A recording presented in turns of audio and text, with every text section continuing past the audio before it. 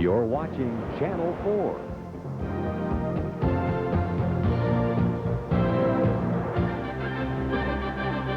The following is a special presentation of ABC Sports.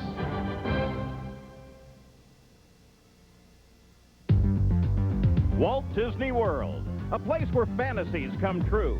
Today, the Magic Kingdom will turn a dream into real life for Indy Speedway owner Tony George. Walt Disney World and the Indianapolis Motor Speedway proudly announced the first event of the new Indy Racing League. For years, Tony envisioned a new series of racing, one with greater access for more teams, more affordable racing in the American style on oval tracks. Today, after years of planning, it's reality, the Indy Racing League. Great names from the world of racing are here, like Indy 500 pole sitter Scott Brayton, or Indy track record holder Roberto Guerrero. No one has ever been faster at the Speedway. And the man who won the fastest Indy 500 ever, Arie Luyendyk. Along with the new breed, tutored now by the veterans, the stars of tomorrow, already champions in their own form of the sport. But the racing challenge is unchanged. Driver and machine against the track. The road to Indy takes its toll. There's a new attraction at Walt Disney World, one only the bravest will try. There will be thrills for those involved and for everyone watching from the outside. So get on board at the Indy 200 at Walt Disney World. We're ready for the inaugural event in the Indy Racing League here at Walt Disney World. They began a while ago with the opening ceremonies with that most typical Disney flair, including the Florida A&M Marching Band.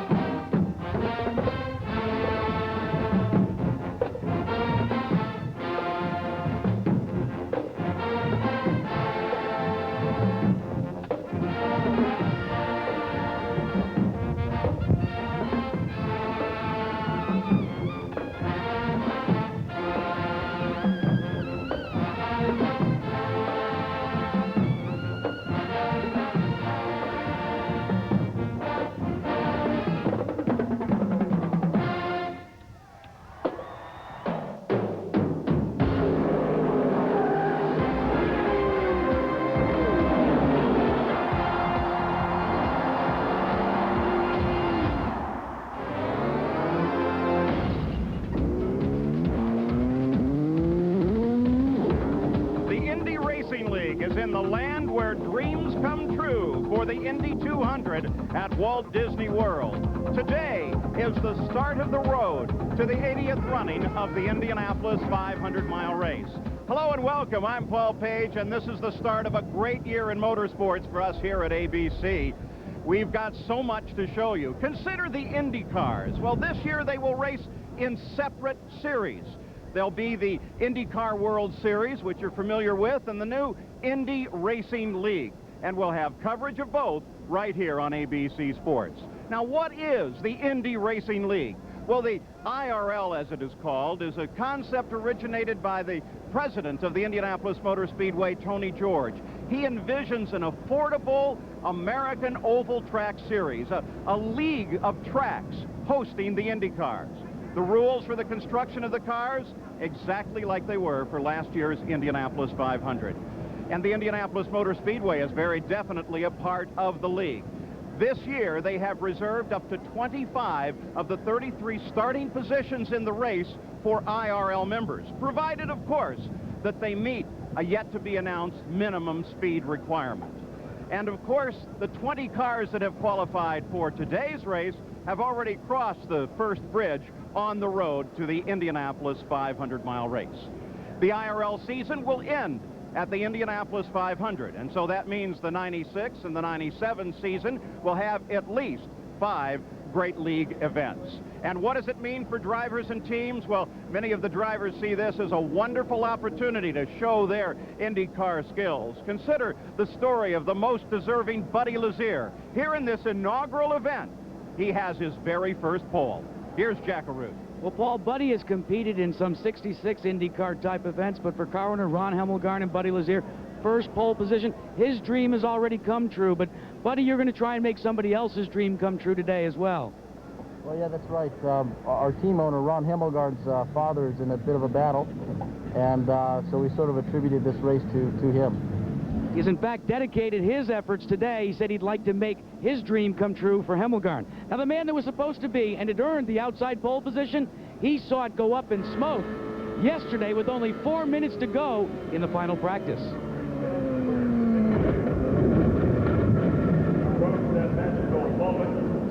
Newcomer Richie Hearns, who had been fast all week, had earned the outside pole position, but in the final practice session of the day, he came together in turn one with Eddie Cheever, a veteran of the Indy 500.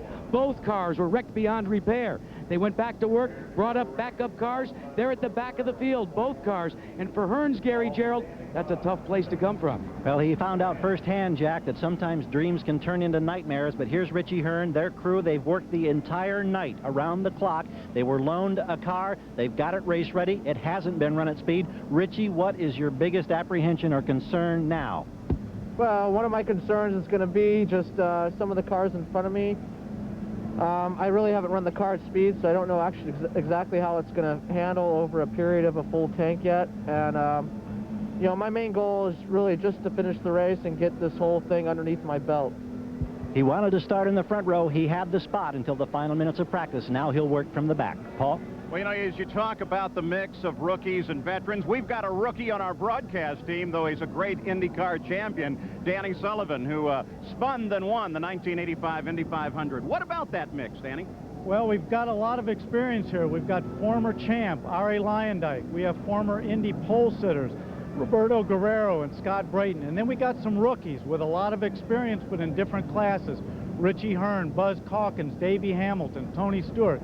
And then we've got a guy that's got both. We've got Buddy Lazier, who's got a lot of IndyCar experience, but none in a competitive car. And he gets a ride for Ron Hemmelgarn, and boom, he's on the pole position. The question is going to be, is experience or youth going to do it today in the winner's circle? Well, we hope you get that voice cleared up. Let's go down to Gary Gerald, Eddie Cheever, one of the veterans. I thought maybe drivers were the only guys who might be speechless at this point. Eddie, we're concerned now about what may happen. We saw veteran and youth having a problem yesterday in that practice session. How key is that going to be to the outcome of this race today? I think it's going to be key to this race as it is to every other race. It was an unfortunate incident yesterday, and I think he didn't quite know where he was on the track, and he bumped into the back of me, but those things happen. I've done it myself when I started racing, but we're ready for the race, and I think it's great to be here at Disney. You've got a veteran and a youngster charging from the back. Should be a great story, Paul. Of course, we've got a veteran on our team, three-time Indianapolis 500 winner Bobby Unser. Bobby, what about this track? Well, it's a tri-oval, but I'll guarantee you one thing. It's got 3 totally different turns with different personalities, Paul. For example, it's a brand new track, so all the drivers that are going to be here are going to have the same experience as the other ones. Time won't make any difference to anybody because it being new. Now, another thing, it's wide open throttle all the way around this racetrack, with the exception of going into turn 1, they have to back off a little bit. Now, it's fast. Elevation changes in every turn, and you'll watch that on your television set. Number 3 turn is probably the hardest because that's where we've seen most of the accidents. Number 1 turn should be where we see most of the passing. All in all, though, hey, it's one nice racetrack. Of course, part of the deal here is to try and create some new race fans. There is one of them, Michael Ovitz, the president of the Walt Disney Company. He was down here when the track first opened, and he was excited about coming back and seeing this race right in the middle of Walt Disney World as you look across the Seven Seas Lagoon to the Magic Kingdom. We'll be right back. When you go on vacation, you want to be close to the action. When you stay in Kissimmee St. Cloud, the magic of Disney World is right at your doorstep. Next door is the excitement of Disney MGM Studios. You'll find new discoveries at Epcot. Just around the corner, you'll see the wonders of SeaWorld. Hold on, you're on an amazing adventure at Universal Studios. Stay in the center of it all at an affordable price. Kissimmee St. Cloud, the best vacation value. For your free close-up guide with discount coupons, call 1-800-711-KISS. Let's get real here. Brakes stop your wheels, but tires stop your car. That's why Goodyear's newest AquaTread, the all-season AquaTread 2, has a deeper, wider aqua channel than the original AquaTread to sweep more water away for outstanding wet traction. And AquaTread 2 has high-tensile steel belts for puncture resistance. Think about it. Brakes stop your wheels, but tires stop your car. Get a set of AquaTreads. Only from Goodyear. If you want relief from minor arthritis pain, turn up the heat on arthritis. Just minutes after applying Ultra Strength Bengay, you can actually see the heat. It's the strongest, most advanced Bengay ever, with the heating power of 3 pain relievers. So turn up the heat on arthritis. With my itchy dandruff, I said I'd try it. Denorex tingles. Head & Shoulders doesn't. Both have effective dandruff medicine, but Denorex has something extra that tingles, feels fresh. That's why I started using Denorex. The flakes, the itch, gone. Denorex, the serious dandruff shampoo. ABC Sports coverage of the Indy 200 at Walt Disney World. Brought to you by the Walt Disney World Resort in Florida. Make the dream come true. Goodyear, #1 in tires. Head & Shoulders, because great hair can have flakes. And new Actron, the pain reliever that's so small because it's so powerful.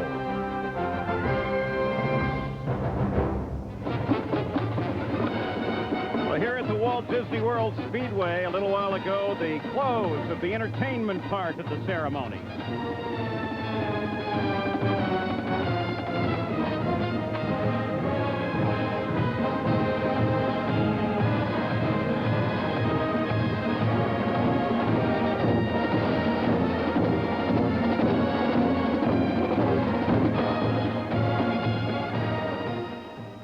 Now we're ready for a very special moment. Here's Jack Arute. And Paul, this is a moment we've been waiting for. Ladies and gentlemen, to officially start the inaugural running of the Indy 200 at Walt Disney World, I would like to introduce the Vice Chairman of the Board of the Walt Disney Company, Roy E. Disney. Ladies and gentlemen, start your engines.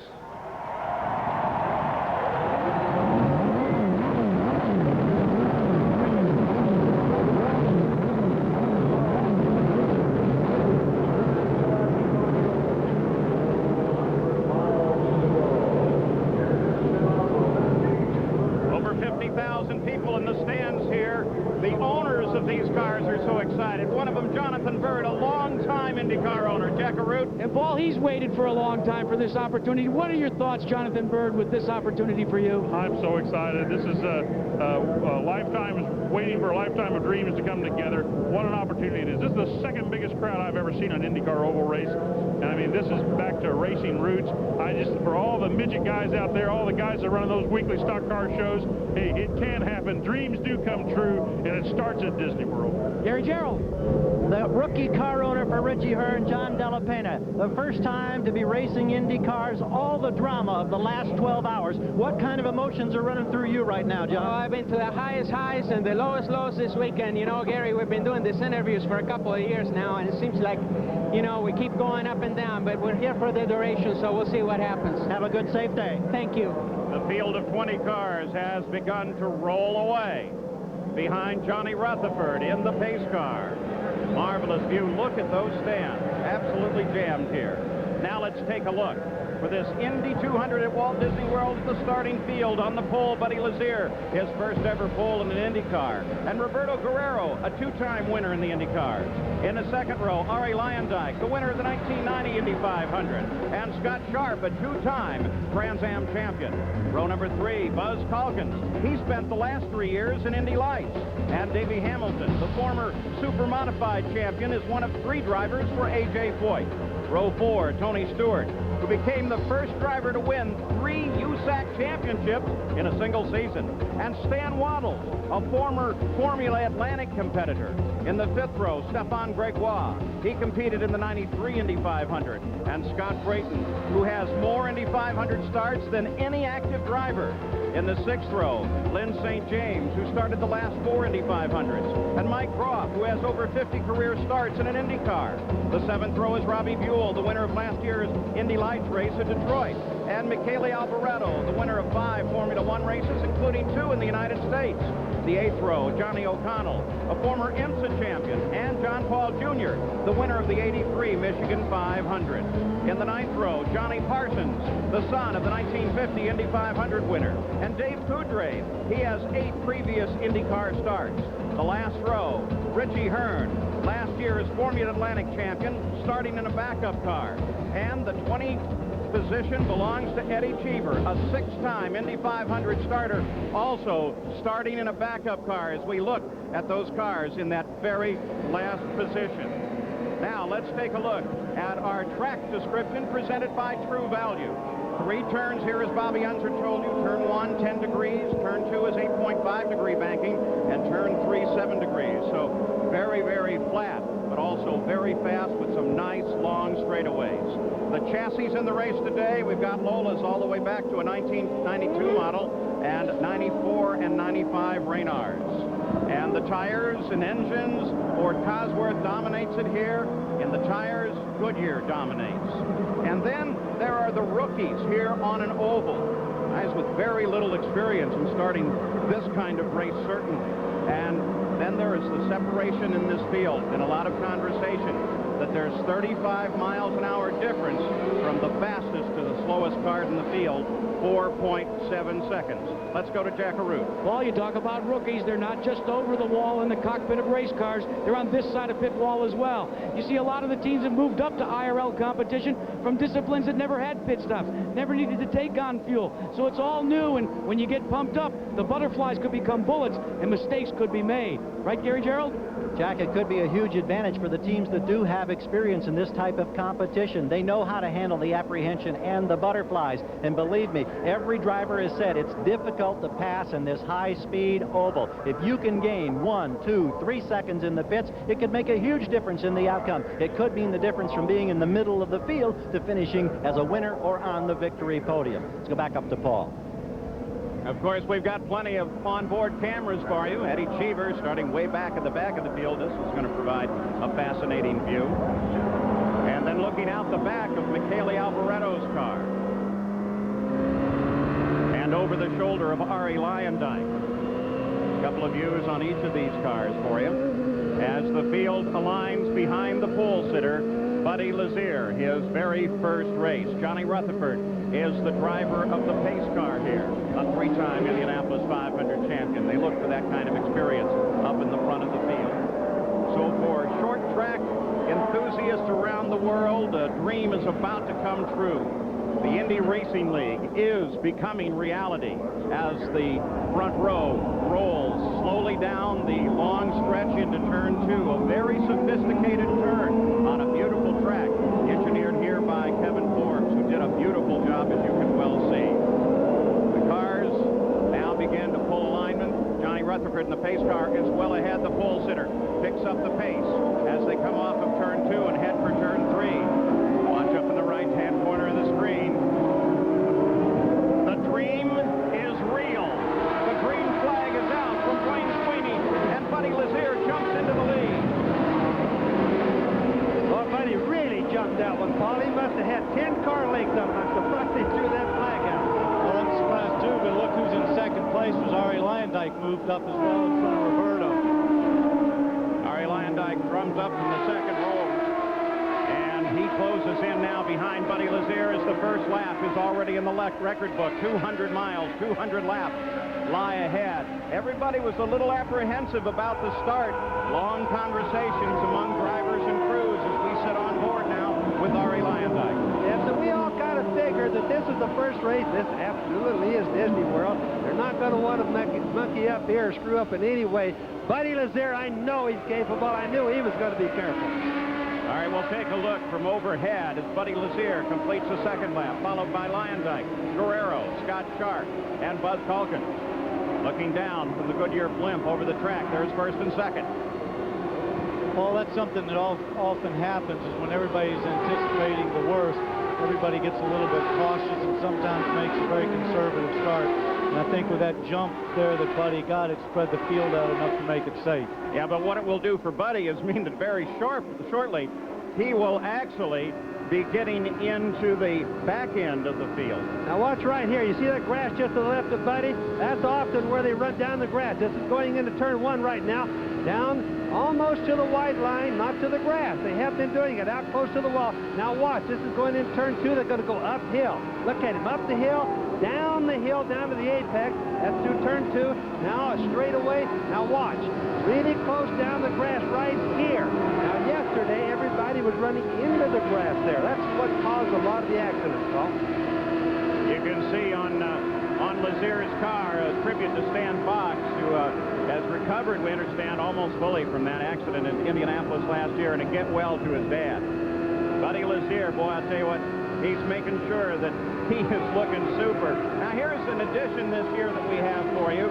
The top of the screen will give you the lap number of however many there are, 6 of 200, the leader, and how much he leads by. And we'll track that all the way around the track. And then on the right side, we'll go through the entire field almost constantly and their interval back from the leader of the race. So we hope that helps. Also keep in mind, qualifying speeds were 181 plus miles an hour. We're going to be watching during the race how they do with that. Right now, their fuel loads, of course, are very full because they're going to be going for around 60 to 65 laps before the first pit stop. I think one other thing, too, you're going to probably see some conservative speeds, Bobby, because these guys are trying to get to the finish. You heard what Richie Hearn said about he just wants to get this one under his belt. They all want to score some points. And I think you're going to see a fairly conservative race. And then you've got a guy like Buddy Lazier, who really has done well by sitting on the pole, has a record, wants to win. Of course, Richie Hearn, he started 19th. He's already up to 12th place. Eddie Cheever's been a little more conservative. He's only come up to 17th position. And already we have a driver out, Jack. We understand that Dave Kudrave, who they may not have intended to run a great distance here. They wanted to make sure that he had a full understanding of running these ovals. And they've been very solid, the officials, the USAC officials, about telling people that aren't ready, wait a little bit. Jack? Well, you're absolutely right. David, this was a learning experience for you this weekend, but you got to start the race. Not a mechanical problem. Let's get some more experience. Well, yeah, I mean, I wanted to come here and get some more experience on this track, but as you know, I've started about 8 of these oval events, but the team is very new, and I was very new to the car and track, so. What does the IRL mean to you? It's a new opportunity. For me, it's an opportunity to drive again. Paul?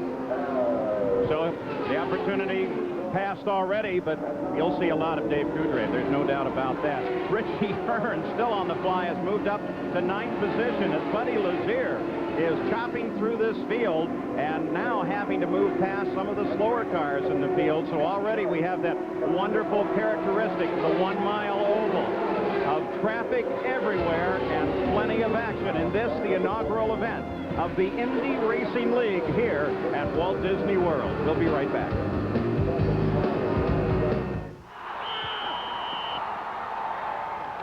Geez, I gotta get to a hardware store. Building something? Sink's leaking. Sink's leaking. Talk to Bernie. Bernie? Bernie knows plumbing. Where does Bernie go? True Value. True Value. Official hardware store of the NFL. Official? Official. True Value, the official hardware store of the NFL. Yes, it's official. Get this Contico 16-gallon Ultimate Tote for only $12.88 and the Stanley 25-foot neon tape rule for just $6.98. Jesse, you're next. I'm all yours. Save it for the stage, Romeo. Carol always gives it to me straight. Like when she told me about my... I told him about Head & Shoulders. Regular shampoos just rinse flakes away so they could come back. Head & Shoulders helps prevent flakes from even forming. You see the difference? You look great. Thanks, but will it get me this part? Couldn't hurt. Head & Shoulders, because great hair can't have flakes. Hey, break a leg. During development, the Aurora's V8 engine raced the equivalent distance of 31 Indy 500s back-to-back. It also broke 47-speed endurance records, 2 of which had been set by Mercedes. And along the way, it hit a top speed of 3,500 miles per hour. My mistake. That was the Air Force's Aurora. Our version has never been clocked above Mach 3. It's your money. Announcing a powerful breakthrough of incredible proportions. incredibly small proportions. New Actron, a powerful pain reliever with ketoprofen, finally available without a prescription. Actron is so powerful, just 12.5 milligrams are as effective as 200 milligrams of Advil or 650 milligrams of Tylenol. For headaches and body pain, new Actron, the pain reliever that's so small because it's so powerful. Maryland takes on Duke. Texas battles Texas Tech, or USC meets Cincinnati. There's regional action when Payne Weber College basketball tips off Sunday on ABC Sports. Back at the Indy 200 at Walt Disney World, Richie Hearn's troubles continue. Coming off a one, he just grabbed a little piece of the wall, slid down to the inside of the track on the long straightaway. And he had moved up to 7th position from the start of the race, from all the way in the last row.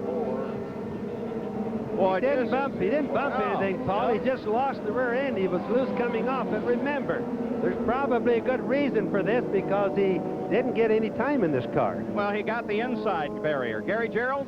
Had a quick word with John Della Pena. He had a word with Richie on the radio. Richie felt like something broke or failed on the car, and that was the reason that he slipped out of the groove and got contact with the wall. That was the quick conversation with his car owner. Well, that would certainly, Danny Sullivan, support that replay. It would. It just looked like the thing took off awful fast on him, but that could have just been that he lost it. He luckily didn't do much damage to the car. It looked like he just bumped the inside wall with his nose. It doesn't look anything serious. Here we go. He goes up. Everything looks okay. He starts to go right there. The car's already starting to move on him. He goes a little bit further. Now you see the back end just gone. At that point, he's gone. He's just on the brakes now, trying to stop it and not make any contact. So Richie Hearn becomes the first casualty of the day, the first contact, not with the wall, but with the inside Armco, as you can see right there. He's okay and climbed out of the car, but boy, a terrific run comes to a sudden end and a lot of hopes. Well, we'll return with more of the IRL's Indy 200 at Walt Disney World after this message and a word from our ABC stations. In 1908, one of the favorites in the great New York to Paris race was a motor car built by Siemens. That was then. This is now. Today, Siemens builds over 700 automotive products, from fuel injectors and microprocessors to halogen headlights. Siemens, creating technologies to keep America and the world moving in the right direction. Siemens, precision thinking. So, Bob, I heard you took Sally up to a little lodge in the woods. Well, sort of. She didn't mind roughing it? Not really. Even with all those wild animals? She loves animals. Yeah, I'll bet the fish were biting, huh? You could say that. Man, that's the life, you know? Little boating, little swimming, just you, Sally, alone in the middle of nowhere. So where is this place? Disney World. Disney World. Call 1-407-WDisney to make the dream come true. Honey, I'm thinking the woods, the water, and a pack of wild animals. Hello? Sunday, she thought she knew him. Help, somebody! Till one day, everything went wrong. Dead wrong. Goldie Hawn in Deceived. Parental discretion advised. Tuesday at the hilarious Roseanne. Then the word is out. Coach is back. Christine and I are going to Julie's ultrasound. You gonna get a new stereo? As TV's funniest adoption continues. What foot? Where's the foot? Can you get better reception on this thing? A new coach at his new time, Tuesday. This is a News 4 special report. Martha Lou Wheatley with this KXLY News 4 special report. A missing skier lost on Silver Mountain since Thursday afternoon has been found safe and sound. Search crews combed the mountain for 2 days and located 17-year-old Andy Zeller at approximately 10:30 this morning in the Highland Creek area. Again, Andy Zeller has been found and is reported in good condition.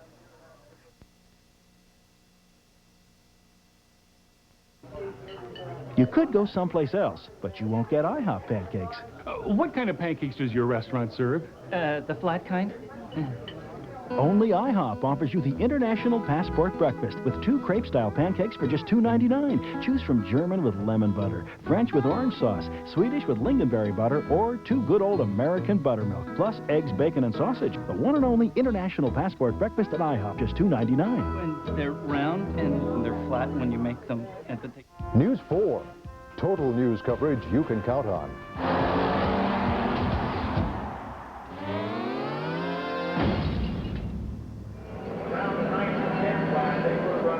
yellow, 22 laps complete, the first yellow of the day, and in fact of the entire season. Two cars of note, both Menard cars, have been in the pits. Scott Brayton has been in, and now Eddie Cheever, Jackaroo. And Paul, they're both suffering from the same condition. The cars are a little bit loose, so they took advantage of this caution. They've taken some wing out of both cars. They're going to try and tighten them up.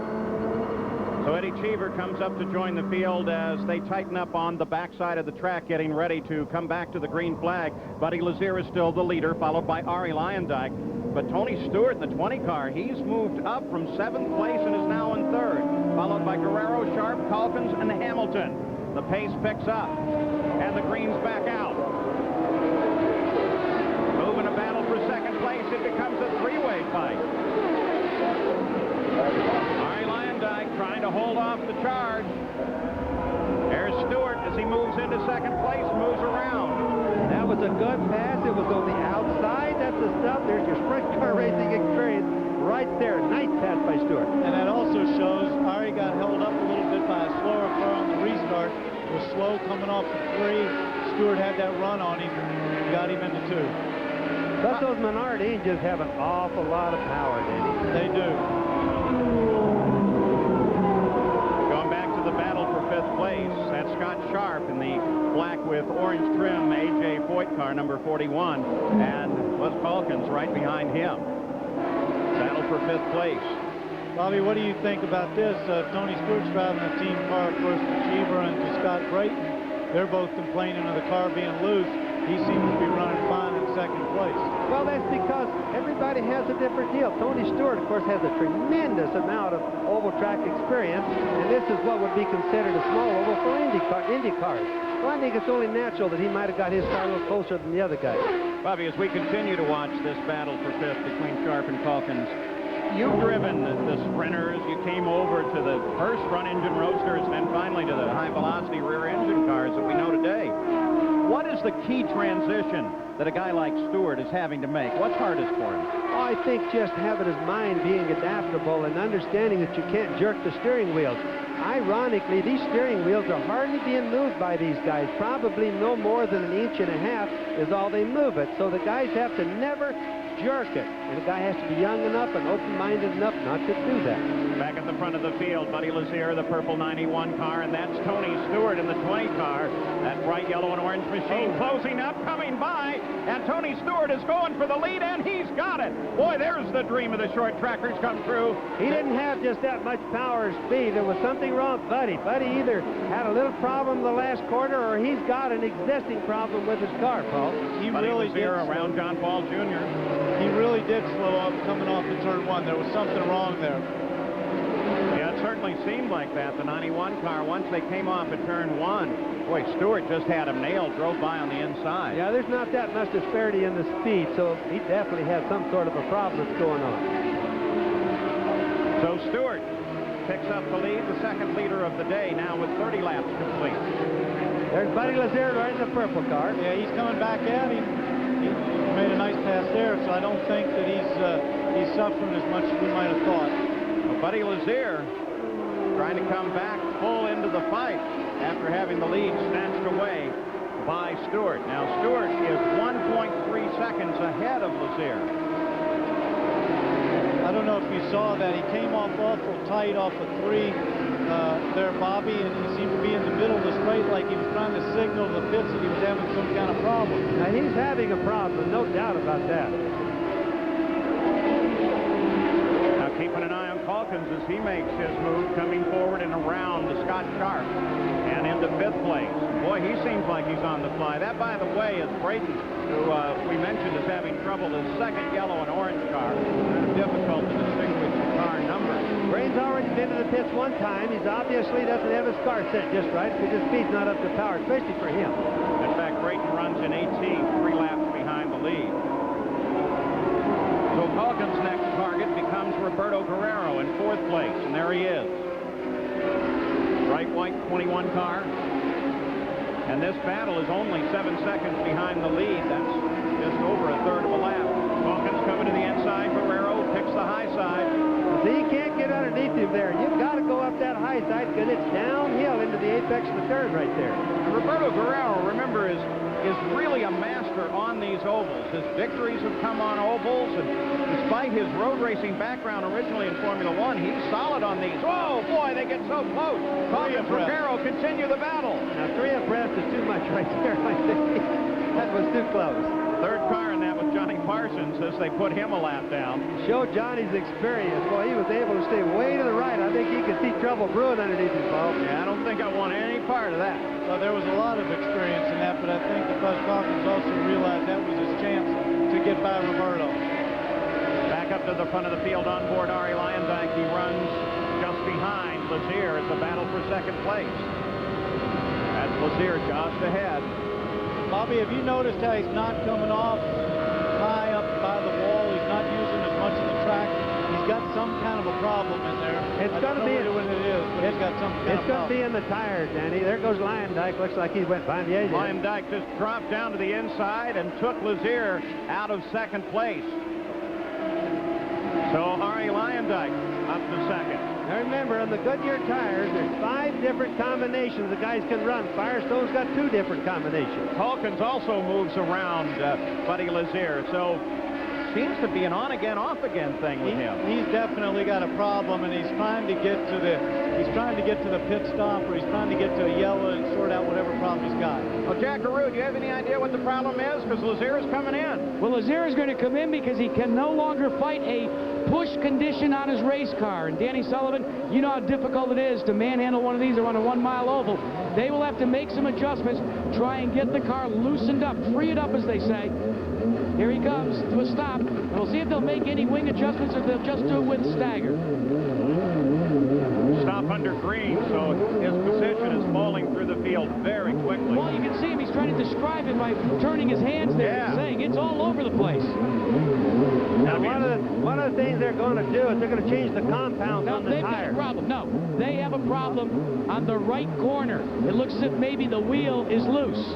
Right front, Jack? On the right front corner. You can see that he had some kind of problem coming down the pit lane. The car was moving around as much as he came down the pit lane. Looks like the hub carrier itself might have a loose attachment. Indeed it is, Paul. Back to you. All right, so Buddy Lazier had such a strong day going. They're working in the pits. Let's go to Gary Gerald. Paul, Richie Hearn has been released by the medical officials. Richie, tell us what happened in this scenario because you were making up so much ground so quickly. Yeah, the car was handling really good at the beginning of the race. You know, I actually couldn't believe that I was, handling that much better than the other people on full tanks. And, you know, I was just setting my own pace. You know, I may seem faster than everybody else, but I was actually just taking it easy.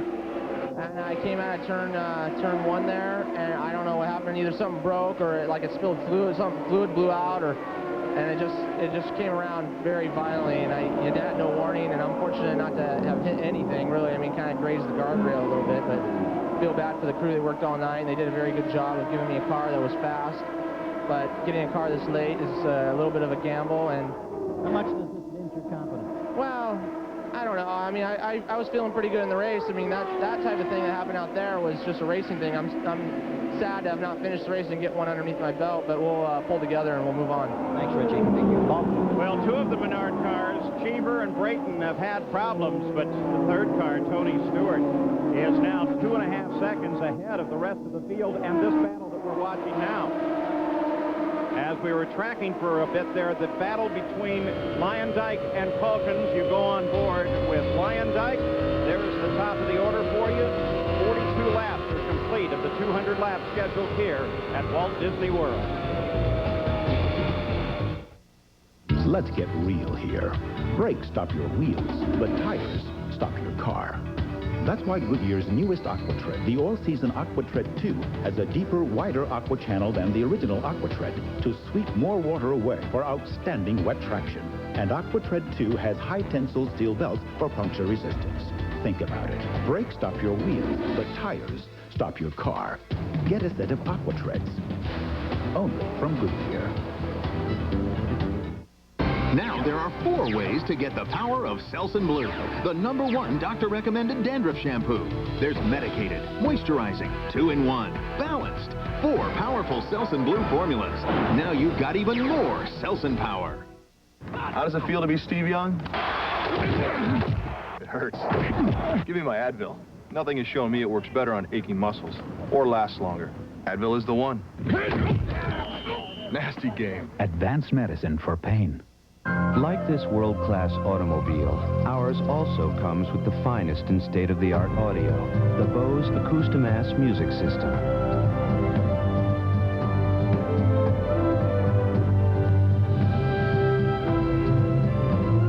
Of course, our car comes with something the Mercedes doesn't offer, a price that's $42,000 less. Aurora by Oldsmobile. It's your money. We got ourselves a broken arrow. That's what we call it when we lose a nuclear weapon. My former commander is trying to steal me. He's dangerous. He tried to kill me. Well, that doesn't mean I don't like you. He's unpredictable. You the man. I'm the man. Now, If I press this button, the Southwest will be a quiet neighborhood for about 10,000 years. he's unstoppable. You're out of your mind. Ain't it cool?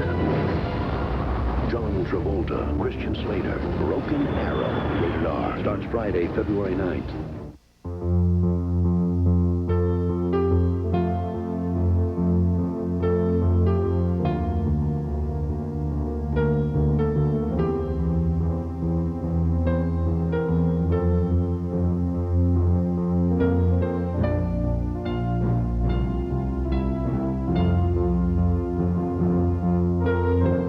Preserving auto racing's oval track tradition. The Indy Racing League. The great USAC champion 20 car, it's bright yellow and orange. The Menard car, Tony Stewart, is the leader, and that documents his climb up to the lead of the race. Buzz Calkins has now resolved his argument with Arie Luyendyk over second place. Arie Luyendyk is third, followed by Roberto Guerrero. Now, coming up next on ABC Sports, Jack Nicklaus, Arnold Palmer, Raymond Floyd, and Jim Colbert play the Senior Skins game. And then on ABC's Wide World of Sports, we head off to Bulgaria for the European Figure Skating Championship. Five-time champion Surya Bonali will try and defend her title. That's coming up next here on ABC Sports. So here at the Walt Disney World Speedway, Tony Stewart, to the approval of the crowd of over 50,000 here, is leading by now 4 seconds, Jackaroo. Paul, the major concern for Stewart and his Menards team is fuel conservation. All of the Menard cars running that V6 Menard configuration all week were eating up an awful lot of fuel. We've monitored radio transmissions with all three drivers. They were told before the race, you're going to have to conserve fuel. It's awfully tough, guys, to conserve fuel when you're running up front, isn't it? 8 cars on the lead lap, you bet it is. 2 cars out, that's Hearn and Kudrave. Buddy Lazier, after they made repairs, got back into the fight, but he's 16th and 6 laps behind the leader. And just so everybody will know, in order for Tony Stewart to do better on the mileage, the team will be telling him 2 things. Shift into a higher gear.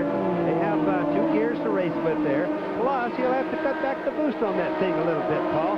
So what he's probably trying to do now is he would like to keep the boost up in order to stay ahead, like Jack Arute said, but he's going to have to cut it back in order to make fuel mileage and make only 2-stop race pretty soon. A whirlwind around this track. Stewart just overhauled Michele Alboreto, who is running in 8th place in the 33 Scandia car. And in about 5 laps, according to Jack Arute, we should see the leader of the race make his first turn down into the pits. And part of the concern, as I mentioned, was how will this mixed group of drivers perform on the first couple of laps? Well, they performed perfectly. The next question is, how will the pit stops go? Because, again, brand new series, many new teams and cars and combinations. That'll be an interesting thing to watch as they come up. Gary Gerald? Quick report on Johnny Parsons Jr. JP is in the pits. He had contact with another car, apparently bent some of the right front suspension. So that's what the crew's working on now. He hopes to still get more laps. Obviously, a giant uphill battle for Johnny Parsons. And now, as you can see, the lead is closed down, and Calkins has pulled in right behind Stewart. There he is, that bright red car behind the yellow and orange car, the number 20 of Stewart. Hey, Bobby, that might be what you were talking about earlier, that he's had to turn that boost down, trying to conserve fuel to get to that window of those laps. So if this race goes all green, he only has to make 2 stops. Danny, both of us know how much power those Menards have. We also know in order to make power, you use a lot of fuel. And it's a compromise, right? That's right. And, of course, we're seeing a V8 following that V6, and that V6 does suck down a lot of fuel. Of course, Bobby, that's something that's totally outside of Stewart's discipline. He's never really had to run fuel conservation. No, you know, IndyCar racing isn't as simple as people think sometimes. It's going to be kind of rough because there's a lot to think about. Not only does the driver have to do a little bit of thinking, it isn't just stand on it all the time, but the crew, they have to learn to work with the crew an awful lot. There's a lot of work going on in the pits. Well, in traffic, Stewart is able to pull out a little bit ahead, to lead back to 1.4, and then on the next line, they have different measuring points all around the track. Calkins is right back at him. But now the report is that Calkins has slowed down a bit. Look at that, as he's dropped back off the leader of the race. You know, I just have to mention one thing about the tires of these. Sometimes the differences in the speed. The tires here have to be what most people call really hard tires. These things are pulling 5 and sometimes probably 6 G's in the corner. This track, averaging like in qualifications 181 with 3 turns that we've all seen, you got a tremendous amount of side thrust, and it's really hard on the tires. So when we see the speeds change a lot, often it's the tires that they're having problems settling into. Tony Stewart still has the lead of the race, 24-year-old from Rushville, Indiana. Champion in U6 sprints, Silver Crowns, midgets, 95, 94. The guy's got a great racing background.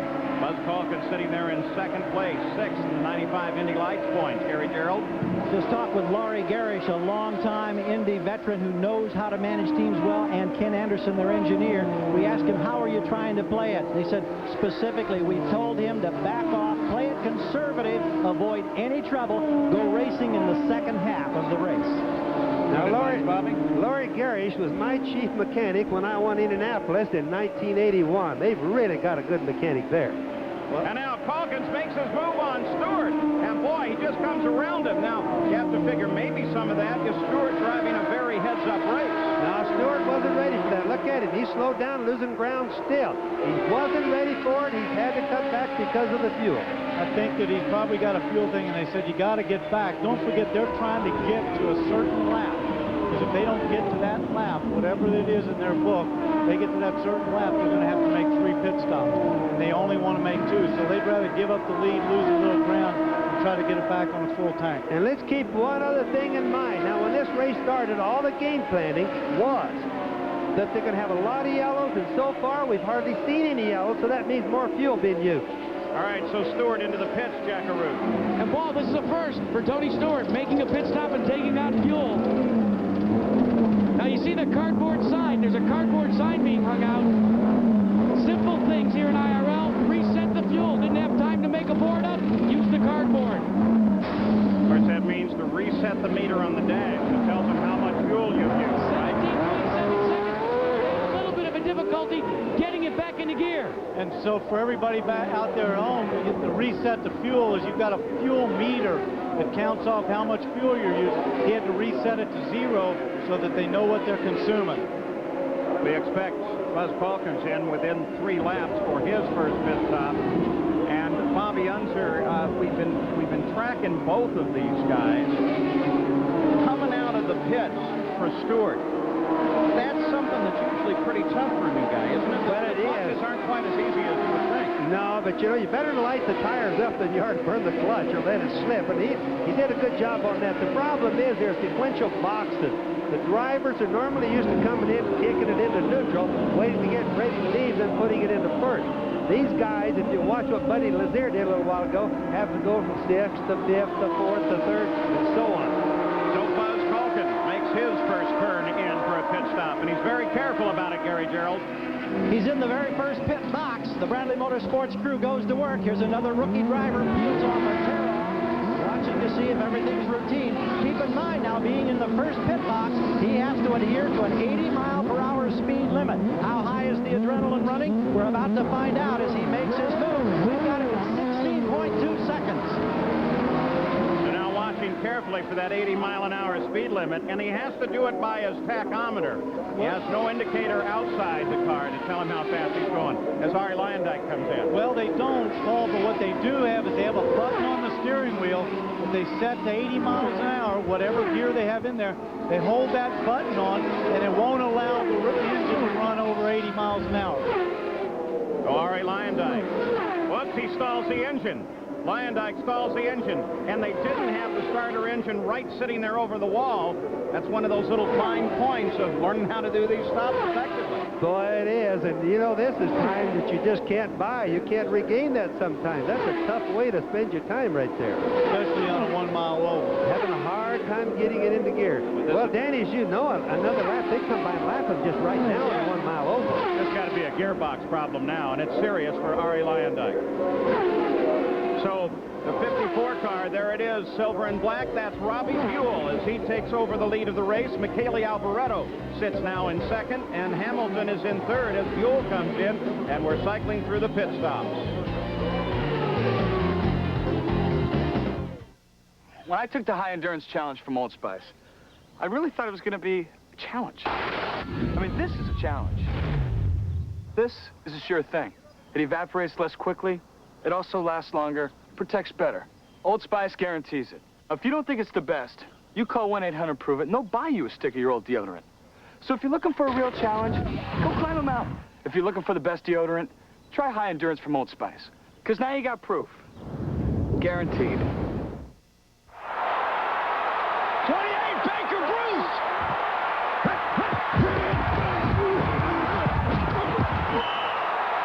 It takes more than a great player. It takes a great man to open a center for the treatment of cystic fibrosis. Congratulations, Boomer Esiason, True Value NFL Man of the Year. You've been a big help.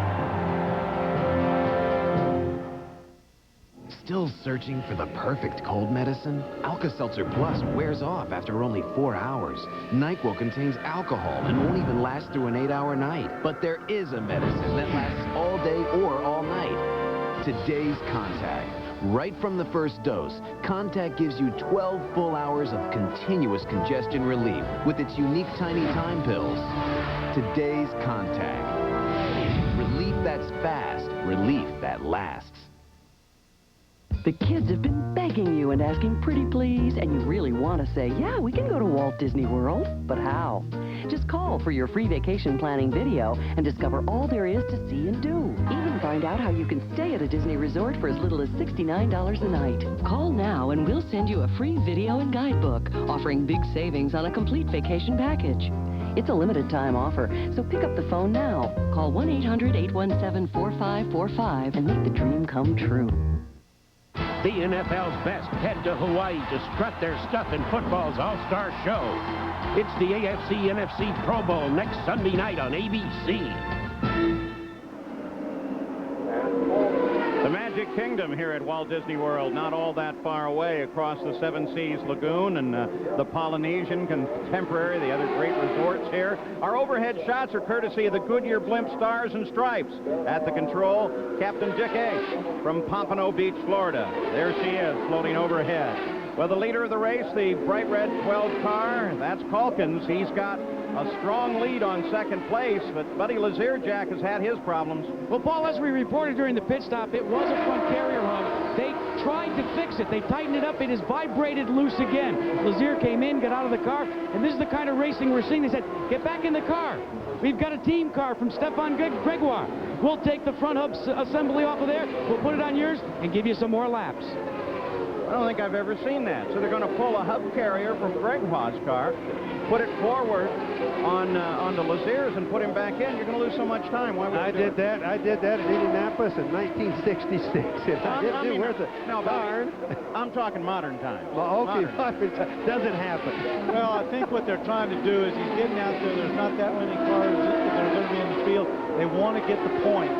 It doesn't matter if he's 20 laps down. He could still finish in the top 10 or 12. If some other people have some problems, he gets those points. He carries them into Phoenix. Yeah, we got to remember the championship. Don't forget. This is the road to Indy right here.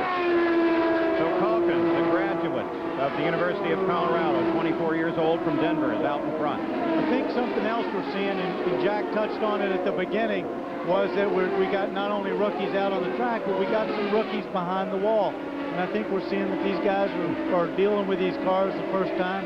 Some of them are having troubles getting some of the things worked out, like this upright, like the thing that happened to Richie Hearns, that maybe a line came loose. All that stuff's new to these guys. But, you know, in all fairness, Danny, Lazier's mechanic, that's Ronnie Dodge. He's been there for years. He's a good chief mechanic. All right, tonight on ABC, it's the Jeff Foxworthy Show, Redneck. And then, at a special time, 8:30, 7:30 Central, Patrick Stewart and Party of Fives, Nev Campbell, star in The Canterville Ghost on Saturday night at the movies. That's all tonight here on ABC.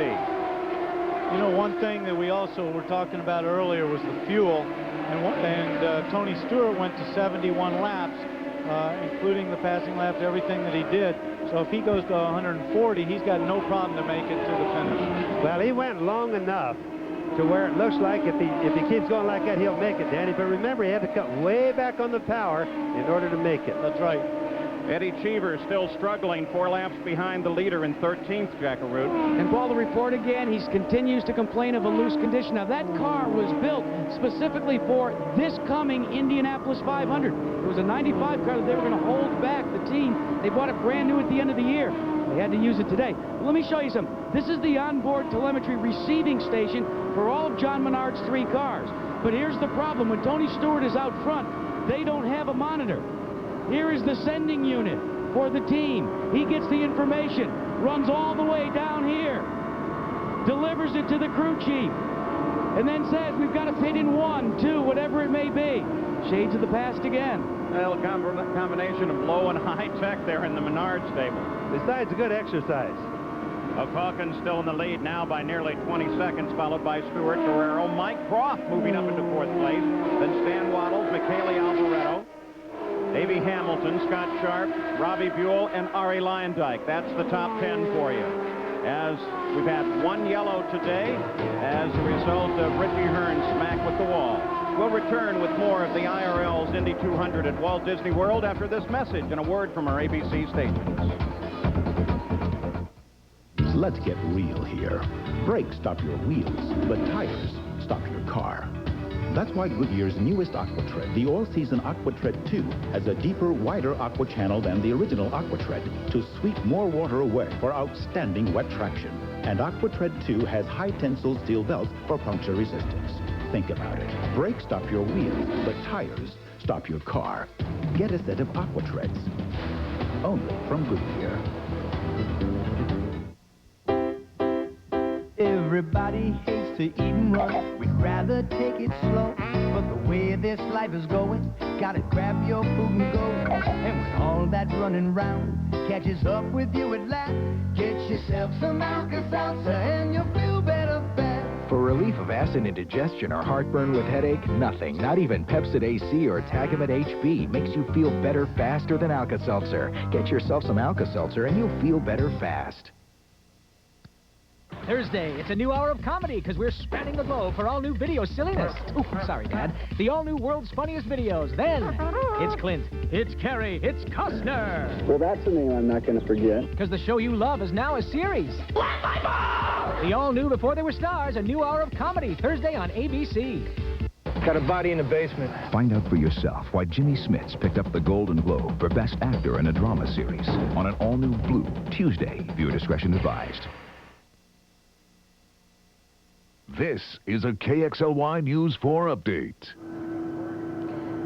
Hello, I'm Mary Farrell, reporting live from Silver Mountain, where search and rescue crews have located a missing skier, 16-year-old Andy Zeller of Pullman, who was missing for 2 nights here on the mountain, is alive, he's conscious, and drinking coffee. His parents, of course, are ecstatic. They're waiting down below at the hospital to meet with him and be reunited. We'll have more at 6. Remember when, if you wanted pizza, you had to buy the whole pizza? Today you can buy pizza by the slice. Now you only pay for what you want. Just like at Camp World of Cars.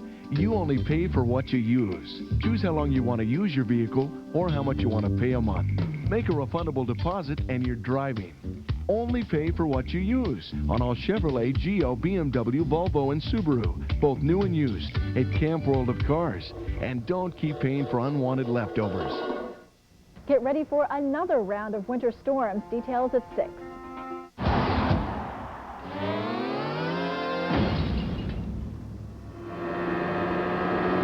Back at Walt Disney World Speedway, there are 103 laps to go. We're approaching the halfway point. Dwayne Sweeney will be giving them that crossed flags to show them the halfway point. The drivers like the 6th place Michele Alboreto. You drive with him now. He's moved up nicely. Was up to 3rd just before the stops. Back in 6th right now. Another driver we're keeping track of today is Johnny O'Connell. Solid road racer. There he is in that white number 75 car, 3 laps behind the lead. Same colors Roberto Guerrero's car. This boy comes from Phoenix, Arizona, drives a driving school down there. Been doing that for years, trying for Bob Bondurant, trying to get in IndyCars. This is his first car. He called me a little while back and he says, what do you think, Bobby? We're going to be a little bit close to try to make that race. I said, make it no matter what it takes. You need the experience. He's already up to 11th place. Lynn St. James has been in and out of the pit several times in the last few minutes. He's currently 13th. And then there's Stefan Gregoire that's kind of given up his car to a friend. Jack? Stefan, what eventually put you out of this race? My gearbox broken, so we are not lucky because I did a great race, very carefully, very safe, and so it's racing. Let's check in with Gary Gerald. Johnny Parsons is here, and here's a driver who's been battling, Paul, in a 1993 chassis designed for super speedways, not mile ovals. You had a handful, didn't you, JP? Yeah, and the guys have worked real hard to try and get the car comfortable for us, even though we're at a slower speed. And, you know, that's unfortunate, but I'm sure we'll be good at Speedway. Tell us about the future. How is this all going to work in the big picture in your mind? IRL's just, you know, this is the first season and it's growing. It's going to get nothing but better from here on. Everybody's really excited about it. You know, this is a big event. I'm really happy to be a part of it. Wish we could have been a little bit faster, but I guess every driver will tell you that, won't he? It was contact with Buddy Lazier that damaged the suspension. Thank you, John. Thank you. Paul? So there's Calkins, 18.5 seconds now ahead of Tony Stewart. Only 2 cars on the lead lap as we've just crossed the halfway point.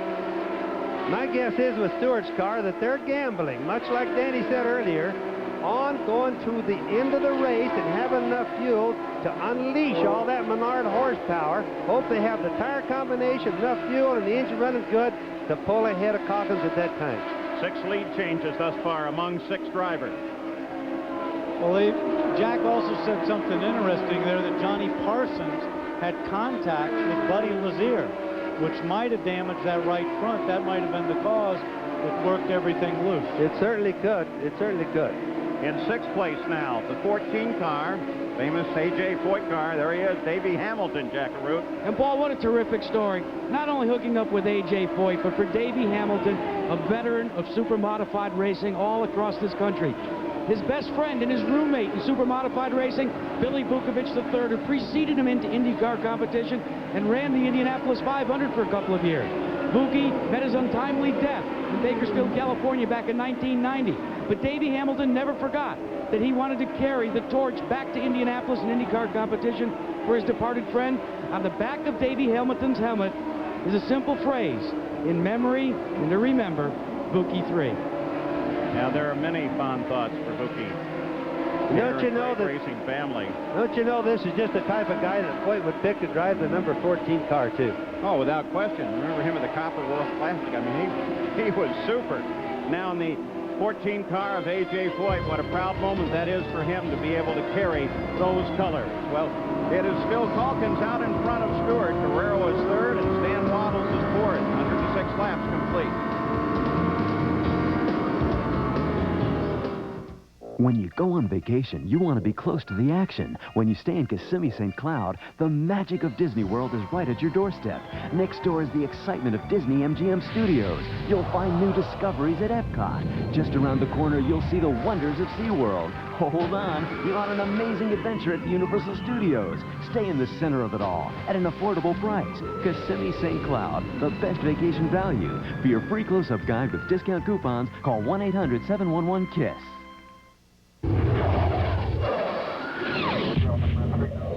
sophisticated material that's used to make the cockpit canopy of the F-16 fighter shatter-resistant is the same material we use to make the headlamp covers on the Aurora.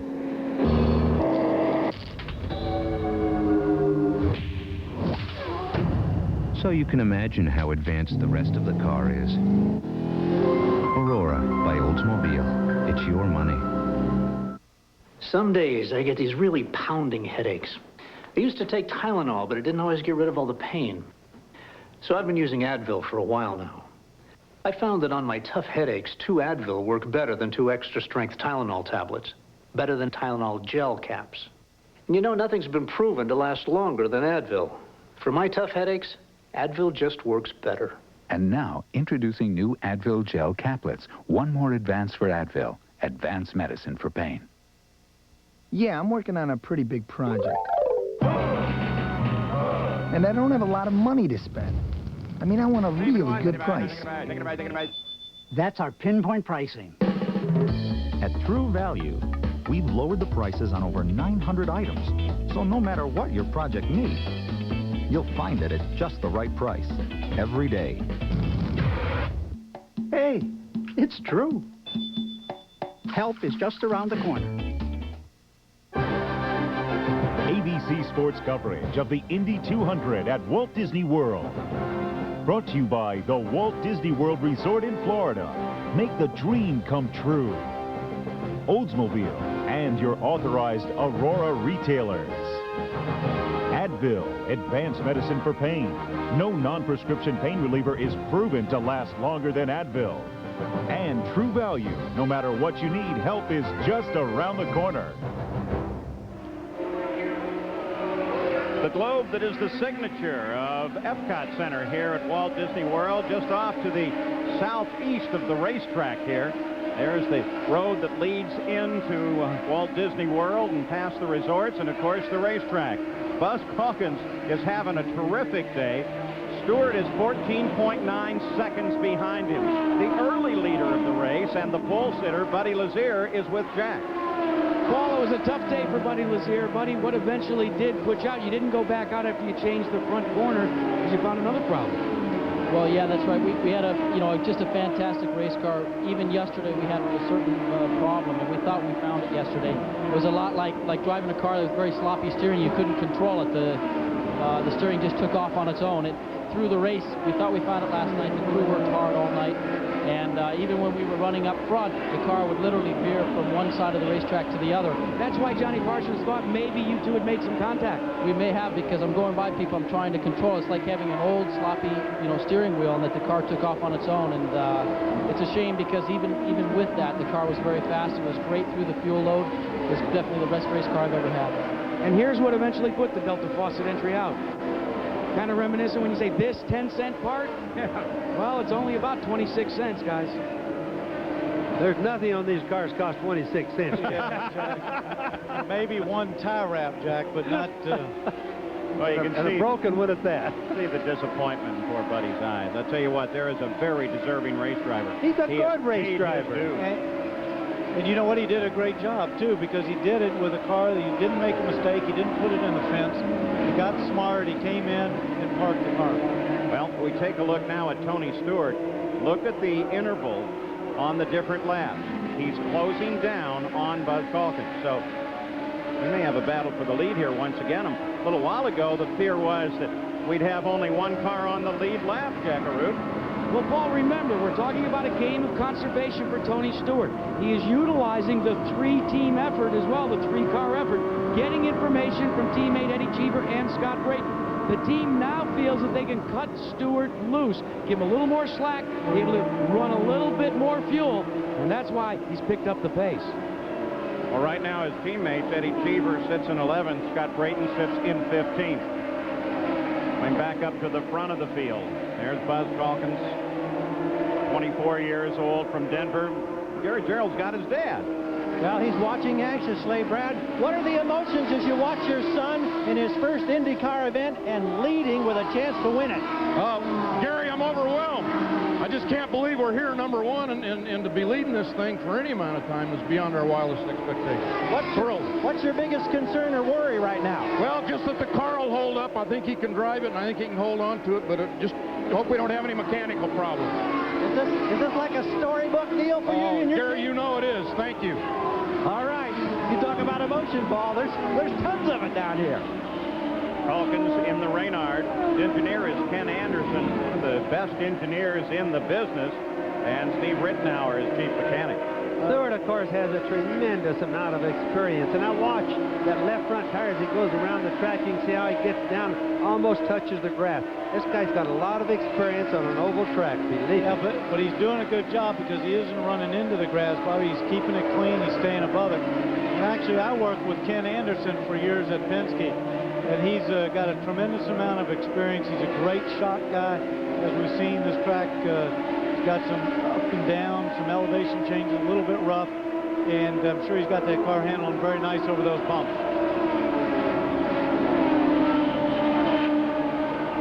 Indication is that the black flag will now be shown to the number 2 car, Scott Brayton. And the reason is that they say he's just been running around the track too slow and has now become a hazard. 127 laps complete. You know, and Bobby Unser, I think there was some talk about how would these first races be handled from an official's point of view as we look at Scott sitting in the pit area. And it was interesting that 3 drivers were told, you're not going to start here this weekend. We'll talk about that in a minute. Let's go to Jack Arute. Well, Paul, they're really just hunting and pecking now, trying to check and see if they can isolate what the problem may be in the engine compartment. That is not an easy job with an Indy car, as you know. You've got to take the fiberglass fairings off, got to take a look at the electronics. The motor at low idle doesn't sound too bad, but they say that they're not able to generate a lot of speed with the car. So now it's just going to simply be take it apart and try and find the gremlin. You know, but all due respect for Scott Brayton, to answer yours just a little bit, Paul, that his slow speed and the reason he kept on going is they didn't have really anything else to gain other than that. If they could stay out on the racetrack, they could get points. This is a very few race series. They need to finish every race. It's more important than ever. So they tried to stay out. Tomorrow on ABC Sports, we'll have college hoops coast to coast. Maryland takes on their ACC rival Duke. USC battles Cincinnati, or Texas meets Texas Tech. Don't miss all the regional action on the Payne-Weber College Basketball tomorrow at 1 o'clock Eastern, 10 Pacific, right here on ABC Sports. They continue to work on the car, but Scott Brayton says, well, it's time to climb out of this thing. You get that many parts off of it, looks like the day is pretty well done.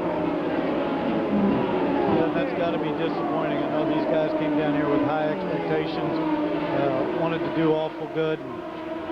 And the Menard cars have tested down here so much. They've really put a big effort into being ready and trying to win this race. I guess as much as I ever see. We watch Tony Calkins continue, or Buzz Calkins, to continue to maneuver out ahead of Tony Stewart.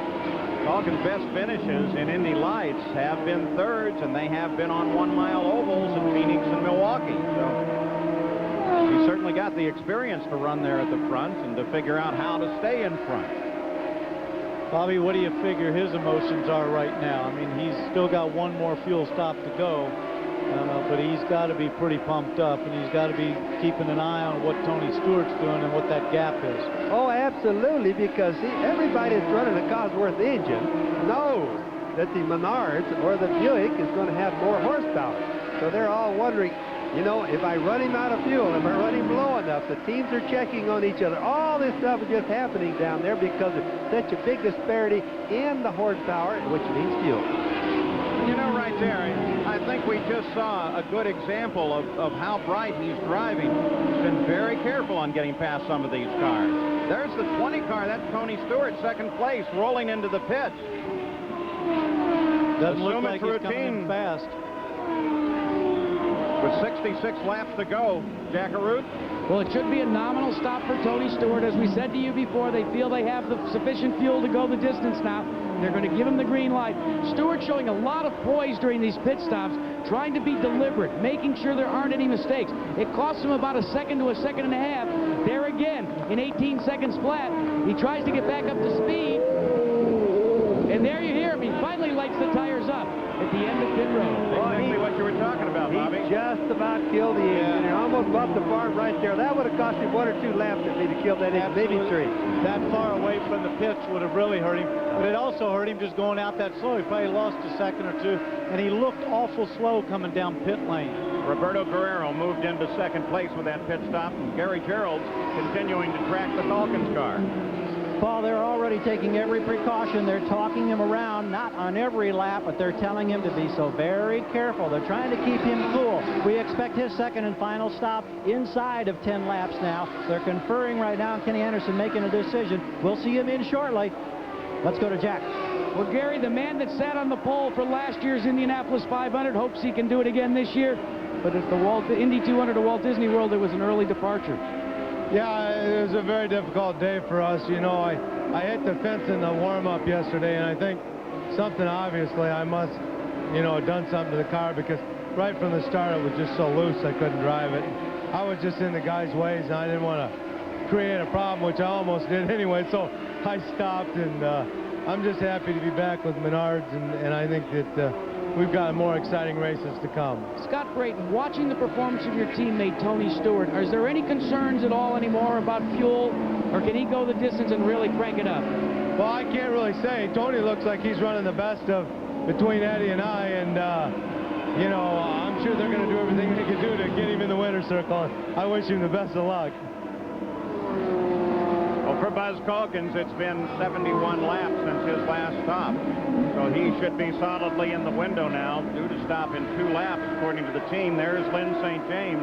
She runs back in 13th place, 11 laps behind the lead, but she's been in and out of the pits most of the time today. She's obviously struggling with something on that car. She's one that I talked to 2 days ago that was really having handling problems. This track, again, is so fast, and with the way it's built, it's a real demanding track for chassis handling, and Lynn's has been, the front end has been kind of weaving back and forth on her. So that's the problem that she's been having since she's been here. Calkins, Guerrero, Waddles, Michele Alboreto. Tony Stewart up into 5th place now after his stop, and that's his final stop of the day. Then Robbie Buell, Johnny O'Connell, Eddie Cheever, Davey Hamilton, and Scott Sharp. That's your top 10. Keeping an eye for a stop by the leader of the race. Could be due in within the next minute. There's Roberto Guerrero coming into the pits. He comes out of 2nd place for this stop.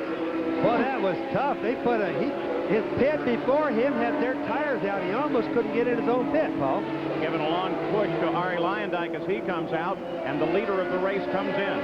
That's the 2nd time for him. He's obviously got some problem. I don't know if it's clutch or whatever, but he's got some kind of problem because he couldn't get out the first time. Watching the leader, Calkins. Nice, smooth work. Everybody's taking their time, and that can't be easy. And there's Guerrero. Calkins is still the leader. Waddles is assumed 2nd on the racetrack, followed by Alboreto. Let's go to Gary Gerold. Paul, you can see as Calkins got away, it was very, very slow, and one of the problems was they ran out. They used every drop of fuel from the gravity tank, and they had to lean over, bang the fuel around the backside. They lost about 3 seconds to disengage because they didn't know that all the fuel had gone into the car. Roberto Guerrero had his problems as well as he stalled it trying to come out of the pits. There's one of the veterans having trouble getting it rolling. Calkins now coming back up to speed. And Roberto Guerrero, as he headed into the pits, faced an obstacle course. Here's a look at it. Another crew had some tires laid out, and it made for a very sharp turn in and a little bit of confusion. He started to turn into the wrong pit and then came back out and around. You can watch him light up the right front tire. The smoke come off of it there because he was disturbed that he couldn't get into his own pit there. That's something you don't like to see. The teams usually work together, but again, they're a little green. They're probably not used to that. So the Indy 200 at Walt Disney World continues. 55 laps to go. Announcing a powerful breakthrough of incredible proportions. Incredibly small proportions. New Actron, a powerful pain reliever with ketoprofen, finally available without a prescription. Actron is so powerful, just 12.5 milligrams are as effective as 200 milligrams of Advil or 650 milligrams of Tylenol. for headaches and body pain. New Actron, the pain reliever that's so small because it's so powerful. 1874, the first transatlantic cable connecting Ireland and America. It was made by Siemens. That was then. This is now. Today, phone companies and businesses use Siemens switches to send and receive voices, images, and data together for desktop video conferencing, wireless communications, and high-speed internet access. Siemens technologies keep you in touch and on top. Siemens, precision thinking. McDonald's presents future Olympic hopefuls. Carlos Tapia Ruano, whose innovative soccer play could lead his country to the gold. Uta Grunewald, who might someday stun the world with her devastating backstroke. Akim Bawali, who will develop the blazing speed that will make his country and his village proud. The powerful Anatoly Nosovitsky, a name to remember in weightlifting. Kelly Peterson, equestrian events. Pericles Xenopoulos, Greco-Roman wrestling. Sachiko Tanaka, volleyball. Bob Watson, rings. Alessio Franzoni, cycling. And Jacques Bouclé, for whom discus seems the most likely event. McDonald's is proud to sponsor today's U.S. Olympic team and to help keep the dream alive for tomorrow's Olympic hopefuls. Jack Nicklaus, Arnold Palmer, Raymond Floyd, and Jim Colbert. It's swing time for four of golf's best in the senior skins game. Next, here on ABC Sports. But now, this young man and his... We're back at Walt Disney World Speedway, 52 laps to go, but we are under yellow, and that emergency vehicle is clearing the course after Stan Waddles got into the wall on actually the fence on the inside with a quick spin. Let's take a look at that. There is Waddles as he was walking away from the car after climbing out, so it's obvious he's not injured. But it was a quick spin, and it did bring out the yellow. Let's go to Gary Gerald. Well, let's update the situation relating to the leader, Buzz Calkins. We talked about the experience of Laurie Garish. You've just come on with this team now. You've got this youngster out here in front. We saw all the fuel go into the car. Now, how much fuel have you got in the car, and is it a concern? We emptied the fuel tank, all the fuel's in the car. We've got way enough fuel to finish the race. We're getting fantastic mileage. Buzz Calkins is such a smooth driver. We're getting close to 2 miles per gallon. You're obviously impressed. Are you surprised? No, not surprised. I knew the kid was smooth. How about that, Paul? Thank you very much. Well, that's good. We were worried about whether he had enough fuel. Now we know. Let's go to Jack. Well, as Gary Gerald was talking to Buzz Calkins, I'm talking to Ari Lyondike. And Ari, your problems that eventually put you out of the race started all the way back during the first pit stop. The first pit stop, I ran out of fuel, and that gave me problems leaving the pits. Then when we went back and started again, I couldn't get the gear in first gear. I think it's stripped or something. And the second pit stop, no gears at all. But the team has done a good job with the amount of time we've had. The Bryant car today was good. I was handling good, and I think I could have been up there for the win, but the pit stops and the problems with the gearbox really killed us today. How about giving a grade to all of the rookies and how they performed out there in race traffic and everything that's so critical to 1 mile oval competition? I tell you, these guys that have raced on the sprints and on the midgets, these guys, they know what they're doing, because I really didn't have a problem with anybody out there. Some of the guys that are having problems, like some of the Menard cars, I'm not sure who's behind the wheel, but you know, they have a problem and they get out of the way and they give us room, and it's been really good. It's been really good. Phoenix, the next stop, as you know, guys, another mile oval. There's the running order after 149 laps, and the pace car should pick up speed shortly here, because they've already indicated just one more lap to go back to the green flag. And then it's 50 miles, 50 laps to the finish. This yellow really helped out Robbie Buell. He hadn't made his second pit stop of the race, was able to make it under the yellow, and is now running in third place. Some others to note: Michele Alboreto started 14th, is now running in fourth place as we go back to green flag racing with Buzz Calkins at the start of the field. You heard Laurie Garish say that he's proud of this kid and thinks that he has the moxie to go all the way. Stewart came across the line, of course, on the restart, close behind. And Bobby Fuel is on a lap of his own, 1 lap down. You know, we really haven't seen any mistakes from Calkins all day. We've seen the pit crew be pretty good, minor problems, but overall, he's done a good job, I think. You know what? I think that most of the people out here have done a good job. It's been pretty impressive, and I think I already touched on one thing, Bobby, that you and I were talking about, is that everybody seems to be pretty fair about their passing. Nobody's holding anybody up. You know, it's good dicing and traffic and good racing. Now you can see the interval back to second place Tony Stewart as he has Michele Alboreto just ahead of him. Alboreto is in third place, 2 laps behind the leader, so he's pretty racy today. And of course, new to an oval from the Formula One discipline, may not be real aware of Tony Stewart behind him and his position. Right, Tony Stewart also knows that he's only got 47 laps left in order to catch Calkins. He's going to have to hook it up, fuel or no fuel. He's going to have to go with it. He knows he's got the power. He's got to see if he's got the handling and the fuel to do it. Average speed of the race, 139.014 miles an hour to this point. Calkins, the leader. Stewart's now 2.3 seconds back from the leader of the race. Bobby, they fueled, of course, with about 66 laps to go. And their longest run had been 71. So he's going to use all the fuel, but at some stage he's got to turn it up if he's going to try to win that thing. That's the way I see it. It's either do it or else. You got it. So the story of the race is Tony Stewart has to catch Buzz Calkins here. We'll return with more of the IRL's Indy 200 at Walt Disney World after this message and a word from our ABC station. Let's get real here. Brakes stop your wheels, but tires stop your car. That's why Goodyear's newest AquaTread, the all-season AquaTread 2, has a deeper, wider aqua channel than the original AquaTread to sweep more water away for outstanding wet traction. And AquaTread 2 has high-tensile steel belts for puncture resistance.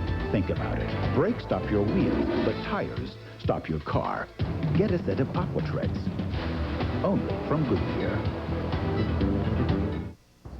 Oh, hang on. My aunt and uncle are on vacation. I gotta go feed their cat. Where'd they go? Someplace goofy, I bet. Yeah, with nothing but rocking chairs and shuffleboard. Or maybe they went to some seminar. Grown-ups love that educational stuff. Hey, I guess if you have to work all year, you're just too tired to party. Yeah, it's scary. You hit a certain age and boom! You don't know how to have fun anymore. Call 1-407-WDisney and make the dream come true. Man, I wish there was a way to keep from growing up. Monday, join Sinbad and Jeff Foxworthy as they host this year's hottest music party with live performances from Mariah Carey, Luther Vandross, Garth Brooks, Brandy, and Lionel Richie's homecoming performance. The 23rd Annual American Music Awards live Monday on ABC. Premiering February 5th. Meet Noah and Jessie Beckett. With 8 kids and 37 animals, their house is a real zoo. And they wouldn't have it any other way. Is this the good life or what? Second Noah, premiering Monday, February 5th on ABC. What do you do when you've invited guests for dinner and forgot your silver serving pieces are black with tarnish? Get Tarnex. Is there an easy way to remove tarnish from even the most deeply embedded patterns on your serving pieces? Use Tarnex. Can you keep your sterling silver and silver plate pieces looking bright and shiny? Yes, with Tarnex.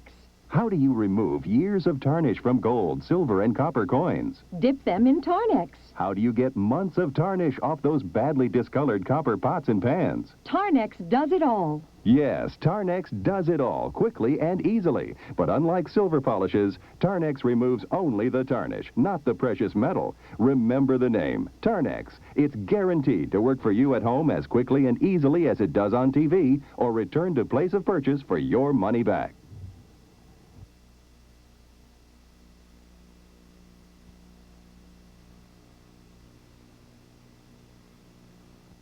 News 4.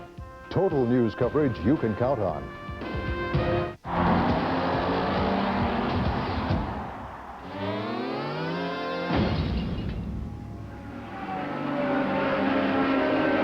Well, the red car working around Walt Disney World Speedway as Buzz Calkins, the leader of the race. Tony Stewart hasn't been able to close in on him at all. The Goodyear blimps, now in their 4th decade of live sports coverage. Helping us here today, there's the Stars and Stripes from Pompano Beach, Florida, piloted by Captain Dick Esch. And Paul, right now, Stewart is moving up on Calkins fairly good. Just while you were talking this last time, he picked up about a second right there. All right, you see the relationship back to second place. But look at how the speed is working out. Stewart is almost 3 miles an hour. He's 2 faster than Calkins I is. think it's like Danny said a little while ago, that he's got to turn up the wick. He's got to turn the turbo pressure up on that Menard engine to move up on him, and he is right now. And maybe they're going to gamble on the fuel. Maybe they've saved enough fuel to be able to utilize the power. And also, I think that Buzz may be being a little conservative right now, because he dropped from doing 165 miles an hour now down to 161. But I think one of the things that's helping Tony is he was being pulled around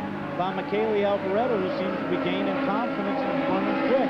Now you can see by the indication there, Stewart's just been carefully reeling him in. Now 4.4 seconds behind, and boy, there's the advantage of that. The car held across the top of the screen. You can keep track of that constantly. And the battle, of course, is at the front of the field. First and second, Calkins and Stewart.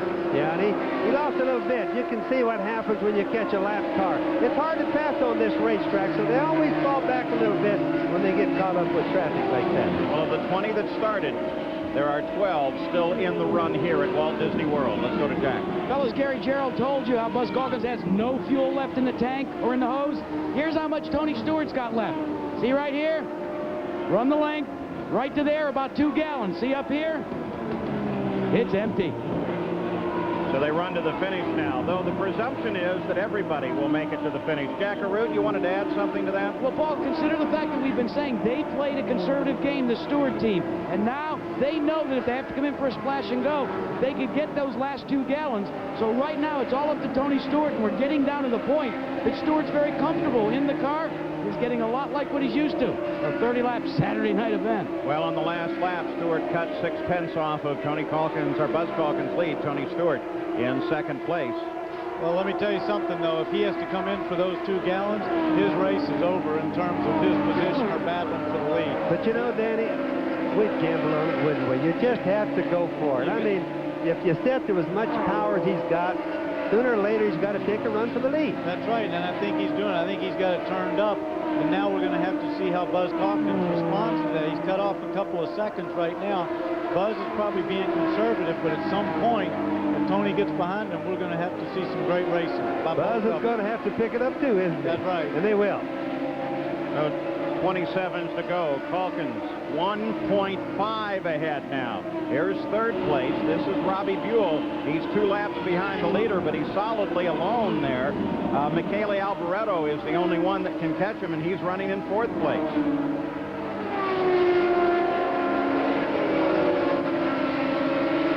.2 seconds. Watching the lead of the race. That's Buzz Calkins. Denver, Colorado, Bradley Motorsports. Came up in go-karts and Formula Ford. You're on board now with 4th place Michele Alboreto. Robbie Buell not in sight ahead of him right now. Well, now you get a glimpse of Buell there. So Alboreto closing on Robbie Buell. Of course, that means a top 3 finish if Alboreto can get around him, and then there's the battle for the lead. Also, these drivers got to be getting tired by now. Remember, if you pull 3, 4, 5 Gs all day long, these guys are tired. All right, the silver car is Robbie Buell, and the red car just behind him, that was Alboreto. Now back at the front of the field as Calkins comes alongside Roberto Guerrero.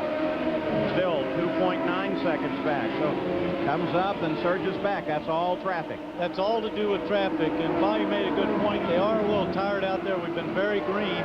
But let me tell you something. The adrenaline's flowing with those 2 guys at the front. So 174 laps complete. Buzz Calkins is in the lead, but Tony Stewart is closing in. We'll see what happens as we go to the final laps. With my serious dandruff, I'll try anything. Denorex tingles, not the Head and Shoulders. Both have effective dandruff medicine, but Denorex has something extra that tingles, feels fresh. So I started using Denorex, and my dandruff's gone. Denorex, the serious dandruff shampoo. 1847. An invention from Siemens makes it possible for written words to be electrically transmitted over vast distances. That was then. This is now. Today, the ingenuity of Siemens people is breaking new ground in communications and in medicine, in transportation. in energy and automation. At 80 manufacturing sites in America, Siemens' inventiveness continues to open doors to the future. Siemens, precision thinking. If you want relief from minor arthritis pain, turn up the heat on arthritis. Just minutes after applying Ultra Strength Bengay, you can actually see the heat. That's because Ultra Strength Bengay is the strongest, most advanced Bengay ever, and the only one with the powerful heating relief of 3 pain relievers, and it'll last for hours. Try Ultra Strength Bengay and turn up the heat on arthritis. Now Bengay comes in an easy open flip-top tube, commended by the Arthritis Foundation. Geez, I gotta get to a hardware store. Building something? Sink's leaking. Sink's leaking? Talk to Bernie. Bernie? Bernie knows plumbing. Where does Bernie go? True Value. True Value. Official hardware store of the NFL. Official? Official. True Value, the official hardware store of the NFL. Yes, it's official. Get this Contico 16-gallon Ultimate Tote for only $12.88 and the Stanley 25-foot neon tape rule for just $6.98. Now there are 4 ways to get the power of Selsun Blue, the #1 doctor-recommended dandruff shampoo. There's medicated, moisturizing, 2-in-1, balanced, 4 powerful Selsun Blue formulas. Now you've got even more Selsun power. Well, we're 0 for 3. We go to commercial, and out comes the yellow. This time it's Davey Hamilton, A.J. Foyt's driver. There he is, obviously okay, climbed out of the car. Just got up coming off a 2 and brushed up against the wall, Danny Sullivan. Well, I think it was more than a brush. It looks like the way, watch him coming in here, and you'll see him, he's turning, and then boom, the car just changes direction. He can't turn it anymore. Something went wrong there. If he was in the gray or just sliding or on the marbles, he would have been drifting up there. That car went straight up into the fence. And he very wisely kept it up against the wall. Let's go to Jack. Paul, first it was a dream for John Menard to simply run the Indianapolis 500. That dream came true. Sat on the pole with Scott Brayton last year. Now the dream is to win the first IRL race. And John, the question is, do you have enough fuel with Tony Stewart? Well, I think with this yellow now we're going to be okay. It's real close, but I think we'll be just okay. Describe your feelings, because this is the first time that you've been in this environment with 3 cars out here near the end of the race and have a good chance for the win. Well, I think I'm doing more laps around in the circle than he is, so it's pretty exciting stuff. It's a lot of fun. It's been a great day. I just hope Tony can bring it home here now. Let's check in with Gary Gerald. And again with Laurie Garish. Now, what is your plan? What is your strategy? And what are you telling your driver for this sprint with Tony Stewart in a position to challenge? Stay cool. We've gone to full rush, staying clean air and keep the engine cool. And the Buick has trouble in the traffic. When the Buick has to get out of it, they lose a lot of horsepower. So it's best if we can try and keep the Buick in traffic. Any other concerns, Laurie? None at all. All right, Paul? All right, now here's the way they set up. There you see Calkins. Right behind him is Roberto Carrero and then Tony Stewart. So the yellow has certainly been a bit of a help to Stewart. The question is whether or not Roberto Carrero will feel racy when they come back to the green flag. So we're under yellow. It'll be a little while longer before they get it cleaned up just off of turn 2 there. 179 laps complete, and we're looking at a dash to the finish at Walt Disney World. That's a tough luck getting started. If you're wondering how Oldsmobile came up with a luxury performance sedan like this, we'd like to tell you. First, we told all the bean counters to go to lunch. Then, we sent all the pencil pushers home. And finally, we had our engineers watch a lot of exciting movies. The result wasn't like anything we'd ever done. Or anyone else either. It's your money.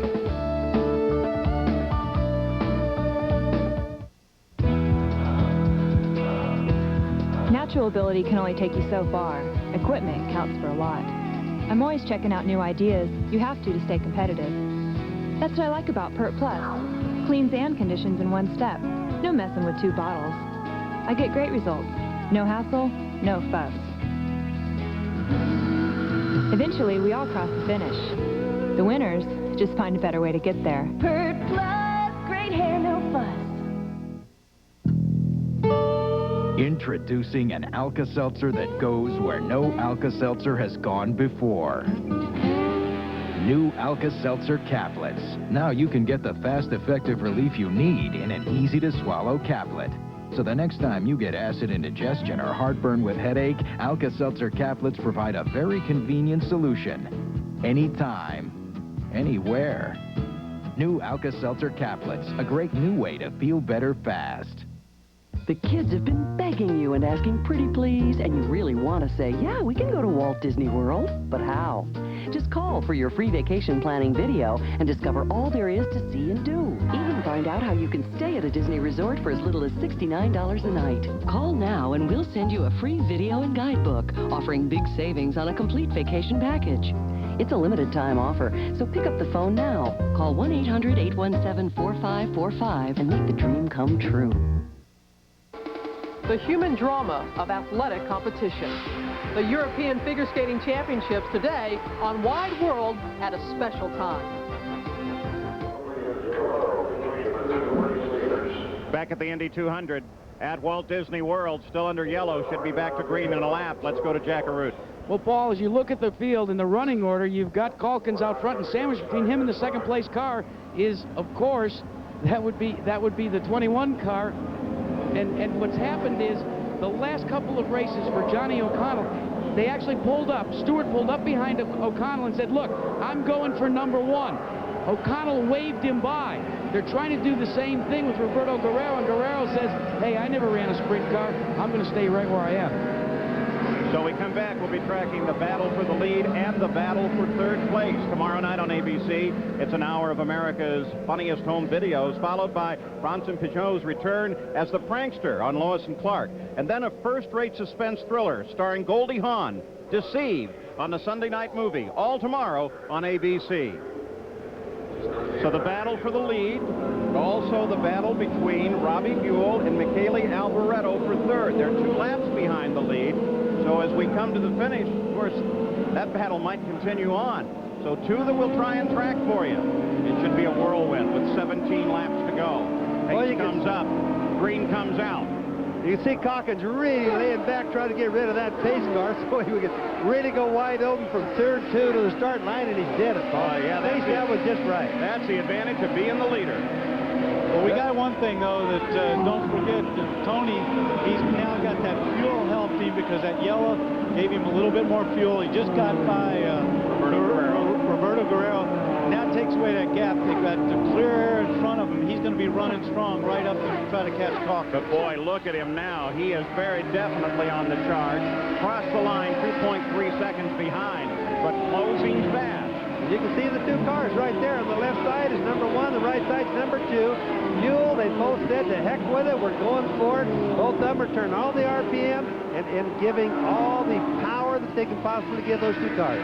Laps counting down, now 14 to go. Tony Stewart still maintaining that interval of about 2 seconds, so Calkins is well aware he's there, and the assumption obviously is that both are going as fast as they can. And for quite a while now, there's no traffic in front of them, so the 2 of them are going to have their shootout. And for them, they recognize that this is a history-making finish, the first IRL race, the first race here on this wonderful track at Walt Disney World. And 2 guys who have never won in the Indy cars battling for the lead. Let's go to Jack Arute. Well, Paul, you say Buzz Calkins knows that Tony Stewart's coming. He definitely knows because the crew keeps radioing out to him. Here he comes, here he comes, here he comes. All he says is, okay. Yeah, I bet that helped my nerves a whole lot. Yeah, I couldn't look in the mirrors and see that. I don't think it's necessary. Bobby, what do you think the adrenaline level is in those 2 guys right now? The car, one trying to catch one. We got yellow out. We've got 2 cars into the wall in turn 1. Cheever is one of them, and Scott Sharp is the other. Boy, that's turn 1, 11 laps to go. Now the question will become, will they get this course cleared? Danny? Yes, and did you see what happened up there? Tony Scott went around between the wall and Scott Sharp. He went between them. So the question there is, that's all where that debris is. He's got to be careful whether he picks up a bump. The emergency vehicle blocked him, and he had to go up through there. And he decided, if he had to treat it like a dune buggy or a tank, go over that stuff around. Yeah, but I don't blame him. I don't blame him, but look at all the debris to the right there. On there. What do you think? He's got a chance of a puncture in that deal. Well, that's going to be kind of touchy, but there's only 11 laps to go. Man, that was a gamble he had to take. I'd have done the same thing on that one. You'd absolutely done the same thing. Sometimes the emergency vehicles just come out in the wrong time, but safety must come first, which is what they did. He just was at a wrong place at a wrong time. So the safety vehicles become part of this. Now here is Stewart. Now watch on the right. Look at that. Now he's almost going to hit the wall. See, look at that. He does hit the wall. He does hit the wall. Look at the mark going along the wall, and there he runs over that nose. There's literally no choice, though. There was no other place to go. He got caught in there, and that was it. Look at him. He almost got the truck right there, too. Yeah, what the driver of that emergency vehicle thought when he took that step out. I'm proud of him. He never gave up. And the report on the accident itself is that Eddie Cheever just closed down on Sharp. With some pain, they're lifting Eddie Cheever out of the car. You know, that's Eddie's second accident in 2 days at the same spot. Let's make sure he's all right. He just wants to wait and sit there a second. He's shaking up pretty good. Yeah, when you get hurt, you have to sit there for a little bit. If people pulling on you is not the best thing. But he held up his hand that I'm okay, I'm okay. Just give me a second there. Well, at least he's walking. The crowd gives him a nice round of applause. But obviously, Eddie Cheever is shaken up. Here it is, Danny and Bobby. And it comes down. Eddie said we're on board with Eddie here. All right, we're coming down into turn 1. He's going in there. Sorry, that was turn 3. There's the start-finish line. Boom. He got hit, obviously. Boy, you know what? That's almost an exact replay of what happened yesterday, Daddy. Yep. Yeah. So Eddie Cheever gets loaded into the ambulance. Scott Sharp, we saw him climb clear pretty quickly, and that leaves only 9 cars left in the race and 10 laps to go. Now, here's where the advantage of a skilled pace car driver comes in, because Johnny Rutherford can lead them around on the access lane, the pit exit lane, and keep them away from the accident scene. You can see him right there in the middle of that onboard camera shot from Eddie Cheever's car that comes up on the record. You know, the thing about that with Eddie Cheever is that he didn't know that he was going to get tagged in the back. That was a total surprise. And, of course, it's ironic, like you said, at the same place he had the accident yesterday. Those replays looked almost exactly, from Eddie's in-car camera, almost exactly like what happened yesterday and today was the same. I think he's tired of that by now, Danny. I don't think he likes turn 1. So as they come back to green, if they can get it done, and the crews, the USAC safety crews, are working as fast as they can to get this track clear, we hope that we'll have some green flag before the 9 laps expire. But remember, we don't know what the tires look like from all that debris on Tony Stewart's car. And or the contact with the wall. This is that yesterday accident with Hearn. You were talking about that, Danny. That's right. There he goes through turn 3. You're looking Hearns for goes Hearn. to go down. Eddie doesn't see him. Boom, contact. Almost exactly the same. He's in the same position. He almost ended up in the exact same spot. Boy, a pretty expensive chunk of wall for these cars. Raining a lot of thousands of dollars there. Well, you can see there is quite a cleanup. A lot of oil dry out on the track to try and clean up the fluids that are there. We assume the report is medically good. If we get any change in that, we will update them for both drivers. 8 laps to go. Buzz Calkins is the leader. When they come back to green, Stewart will be right there for a run to the finish. We'll be back. What would I like? Baked clam. Yes. Veal parmesan. Oh, and garlic bread. Sounds good to me. Yeah, all the things that give me heartburn. Oh, and it's too late to take my Pepsid AC. What? The package says to prevent heartburn, you have to take it an hour before eating. An hour? You don't have to wait that long. I don't? Try my Tagamet HB. Tagamet? The label says it takes half the time of your Pepsid. You're kidding. No. I mean, I could take Tagamet HB now, order what I want, and not get heartburn? Sure, and it lasts for hours. Waiter. Tagamet HB advanced prevention of heartburn in half the time.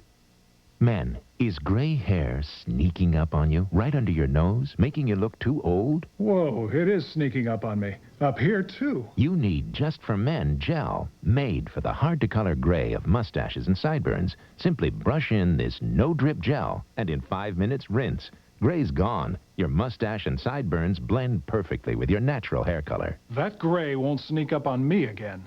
Just for Men gel, the sure thing for a natural look. Let's get real here. Brakes stop your wheels, but tires stop your car.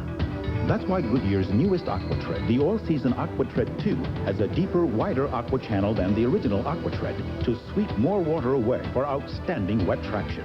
And AquaTread 2 has high-tensile steel belts for puncture resistance. think about it. Brakes stop your wheels, but tires stop your car. Get a set of Aquatreads. Only from Goodyear. Thursday, terrorists are after Jack Ryan's family. And it's personal. I will destroy you. Harrison Ford in Patriot Games, Thursday. Parental discretion advised. ABC Sports coverage of the Indy 200 at Walt Disney World.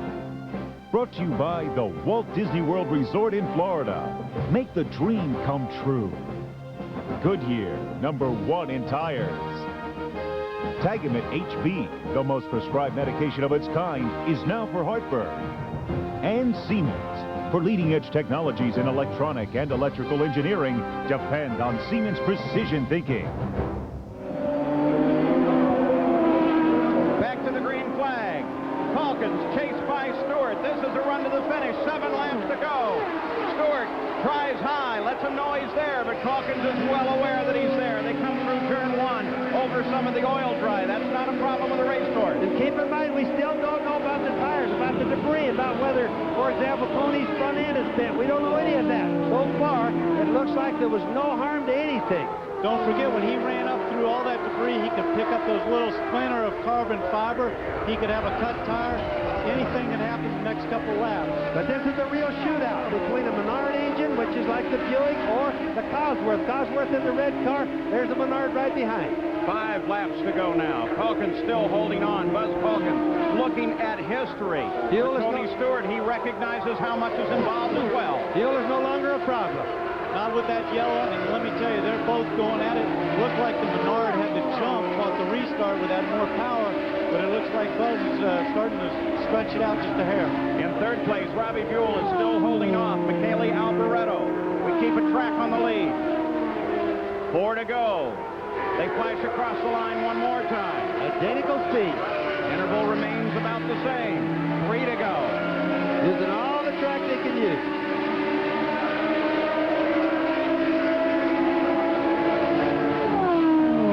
The Indy Racing League's inaugural race. Brand new racetrack. And Buzz Calkins now looking at 2 laps to go. If Tony Stewart is going to do anything, it's going to happen now. It doesn't look like it's within his power. Looks like just enough that Buzz is stretching it out just a hair. Looks like the car might be handling it a little bit better. Wayne Sweeney already has the white flag in hand as Buzz Calkins turns across the start-finish line. Now, a little less than a mile to go for his date with the history book. All up to the handling. So Buzz Calkins is about to join the likes of Wilbur Shaw at Milwaukee and A.J. Foyt at Phoenix, Jim McElreath at Ontario as the first race winner at a brand new racetrack, Walt Disney World Speedway, and Buzz Calkins has taken it. Buzz Calkins, his dad celebrates now. Kenny Anderson celebrating, 24 years old, from Denver, Colorado. And Tony Stewart comes up and gives him a salute as he finishes in 2nd place. Robbie Buell was able to hold off Michele Alboreto to the flag. So it's Calkins, Stewart, Robbie Buell, and Michele Alboreto, 1st through 4th. 5th was Roberto Guerrero, then Mike Groff, Johnny O'Connell, Lynn St. James, John Paul Jr., and Eddie Cheever. Let's go to Gary Gerald. Here's Buzz Calkins' dad, Brad. Brad, what are the emotions? Wouldn't have believed it. Never would have believed it. I'm speechless. My knees are weak. I'm so happy for Buzz. He's worked so hard for this, and family supported him, and Ken Anderson came in, and Kenny's just, what a pro, I'll tell you. There's nobody like him. When's the last time he won some kind of a race? Because I know in Indy Lights, he was on the podium twice in 3rd. Top 5 finishes. We had a couple of podiums, and we qualified 3rd at Cleveland. Kenny was bringing the program on, and we knew it was just a matter of time. I don't know. Pinch yourself. It's Disneyland, it's Fantasyland, it's everything wrapped up in one giant red ribbon right now for the Bradley Motorsports team. On the beautiful red number 12 is Buzz Calkins, now waves and acknowledges, though I suspect it'll take some time to truly sink in as to what he has accomplished here as the winner of the very first race in the Indy Racing League and at Walt Disney World Speedway. The final results: Calkins, Stewart, Buell, Alboreto, Guerrero, Mike Groff. That's the top 6. Then Johnny O'Connell, Lynn St. James, John Paul Jr. Those are the cars running at the finish. Eddie Cheever, Scott Sharp, Davey Hamilton, Stan Waddles, Ari Lyondike, Scott Brayton, Stefan Gregoire, Buddy Lazier, Johnny Parsons Jr., Hearn, and Kudrave. And that rounds out the field here. Let's go now as we keep an eye on our winner, and Jack Arute comes right in there. Jack? Well, Buzz Calkins making his way to his first IndyCar victory lane, the first winner of an Indy Racing League event at the Indy 200 at Walt Disney World, and the crew are trying to take all the paraphernalia out. He's going to stretch out after 200 miles of competition. The Bradley Motorsports efforts. Buzz, we got to get the helmet off because you've got to celebrate. You're the winner of the first Indy 200 at Walt Disney World, and it wasn't an easy one. It wasn't very easy. You had fuel concerns. You had the hot breath of Tony Stewart and a 1-mile oval. What do you think was the turning point for you? Well, basically, I wanted just to get out in front and try to make as few mistakes as possible. I knew being my first race that I didn't have a lot of experience in wheel, just the overall race strategy. So I wanted to try to take my time and do everything and just not make any mistakes. Let's help him get his helmet off and his balaclava. Now we can see the face, and it's got to be a very important moment for both you and your dad. We talked to your dad, Gary Gerald did, and he was very emotional about this. I'm still emotional. And Mickey's here to give you the congratulations. And what are your impressions of the Indy Racing League right now? I don't know. Right now, I think you can see from the race and from the fans that came out that this series is definitely going. I think it put on a good show today. There's a full field, a lot of competitive cars, so I think we're going to see them for years to come. Okay, you've won the Indy 200 at Walt Disney World. Where are you going to go to now? I'm going to Indy. Let's go back to the tower. Yeah, but as we take a look at that moment that made the difference here, while the verbiage changes a little, this is the one time that you can ask the entire crowd, where are you going? And the answer is going to be Disney World. This is the moment when Buzz Calkins picked up the win of the race over Tony Stewart. Let's go to Gary. Well, Tony, after that Cinderella year when you won the championship in USAC for midgets, sprints, champ dirt cars, here you are in your first IndyCar ride now on the podium, and you had a great opportunity. What are your emotions like right now if you have to settle for second place? I tell you what, after hitting the wall on the last yellow when the record came out in front of me, I was surprised we even finished. But I can't thank Team Menard and Glidden enough. These guys did a wonderful job. I mean, to make a car this comfortable for a guy that's a rookie, they've done their homework, and they have one hell of a race team. I mean, they did a great job. Congratulations on your drive. We'll go to Jack Arute. Well, Tony George, this was your brainchild. This is what you fought for, you worked so hard for. Give it some marks. Jackie, it's very high marks in my book, A++. I can't thank these guys enough for their hard work and dedication to help make this a reality. Tony and Buzz, man, Buzz was fantastic. A lot of odds, and they overcame all of them, put on a great show. We're so pleased for them, and we're ready for Phoenix now. Looks about 10 tons have been lifted off of this great man's shoulders, Paul. Yep, a nice smile on Tony George, and there are the point standings as we leave the racetrack here at Walt Disney World with a new winner, a great second place finisher, and Robbie Buell up on the podium as well. Nice day, safe day. The only injury of the weekend, of course, Eliseo Salazar, who has a broken leg just above the knee. The next race in the IRL is the Phoenix 200, Phoenix, Arizona, on the 24th of March. And, of course, you'll see it live here on ABC at 4 p.m. And so, the IRL is underway. I'm Paul Page. We'll see you at the racetrack. Hi, I'm Vin Scully, awaiting the start of the Senior Skins game at the Maunalani Resort, where Raymond Floyd will try to win his third consecutive championship. He'll be challenged by Jack Nicklaus, Arnold Palmer, and Jim Colbert. $540,000 on the table, coming up next on ABC Sports. This has been a presentation of ABC Sports, recognized around the world as the leader in sports television. When kids connect with a special adult friend, the results speak for themselves. He keeps me on the right track. Tube 200, and that's coming up next here 200 miles, exactly the same drivers that will be racing at the Indianapolis 500. A final challenge before that great race. Stay with us. This has been a presentation of ABC Sports, recognized around the world as the leader in sports television. ABC Sunday is your night to catch the hottest new videos. It's 1 full hour of laughs on an all-new videos. Then, with a new man controlling Lois's mind, you love only me. Superman's powers may not be enough to win her back. I can't let you go. On an all-new Lois and Clark, right after a new videos on ABC Sunday. Hey, Bob, I'm just looking over Clark Stevens. Tee it up this spring with a custom set of clubs from Clark Stevens Golf. At Clark Stevens, we've been custom fitting golfers like yourself for 20 years. Custom clubs will help you play more naturally, more comfortably, and with more confidence, which means lower scores. At Clark Stevens, we have the Northwest's largest selection of components, assuring you the highest quality and complete satisfaction. Why go anywhere else? It's all here under one roof at Clark Stevens Golf, just east of Ruby on Nora.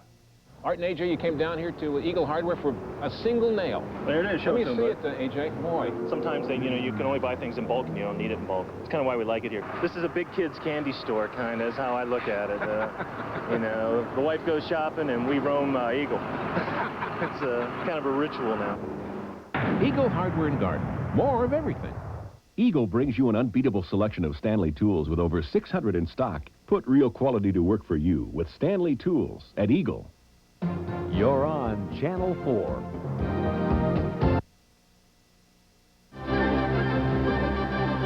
The following is a special presentation of ABC Sports. The Mile in the Desert, Phoenix International Raceway. For 32 years, this has been a crucible that helped forge the great champions. Today, the Indy Racing League drivers wait for their chance and a shot at the historic path to the 80th running of the Indy 500. Men like Buzz Calkins, the winner of the Indy 200 at Walt Disney World, or Richie Hearn, the fastest in the open test here. What about Tony Stewart and has come from the back to second place run in the IRL's first race?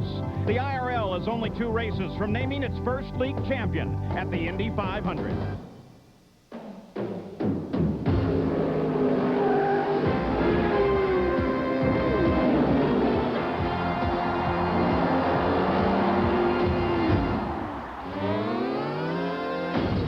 The Indy Racing League is ready for a duel in the desert in the Duralube 200.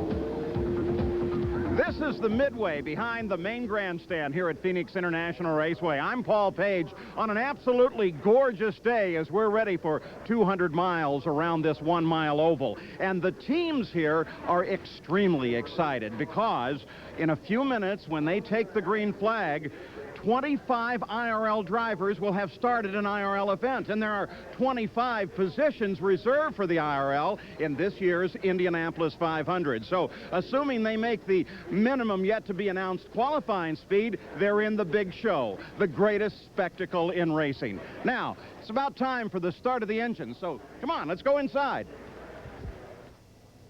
Ladies and gentlemen, start your engines.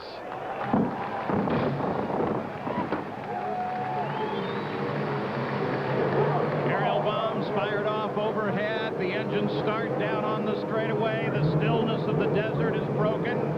And up and down the line, 22 Indy cars are ready to go racing, Gary Gerald. A rush of adrenaline, Paul, and here's what the Indy Racing League is all about. A classic example, front row. Here's an established Indy 500 champion, a man who's won here at Phoenix International Raceway, Arie Luyendyk from the pole with a new track record. In just fractions of a second off his pace at nearly 184 miles per hour, here's a newcomer to this sport from the Toyota Atlantic Series, the defending champion there, Richie Hearn. Had tough luck in the season opener at Orlando, looking for better fortune today. Jack?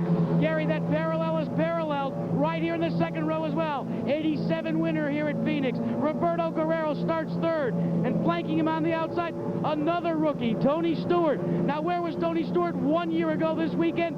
In his garage just outside of Indianapolis, preparing his USAC sprint car for Eldora, Ohio. And Bobby, this place is really physical. When I drove here, we'd pull 5.5 G's in the corner. That's like 5 guys trying to push on the side of your head, trying to push you out of the car.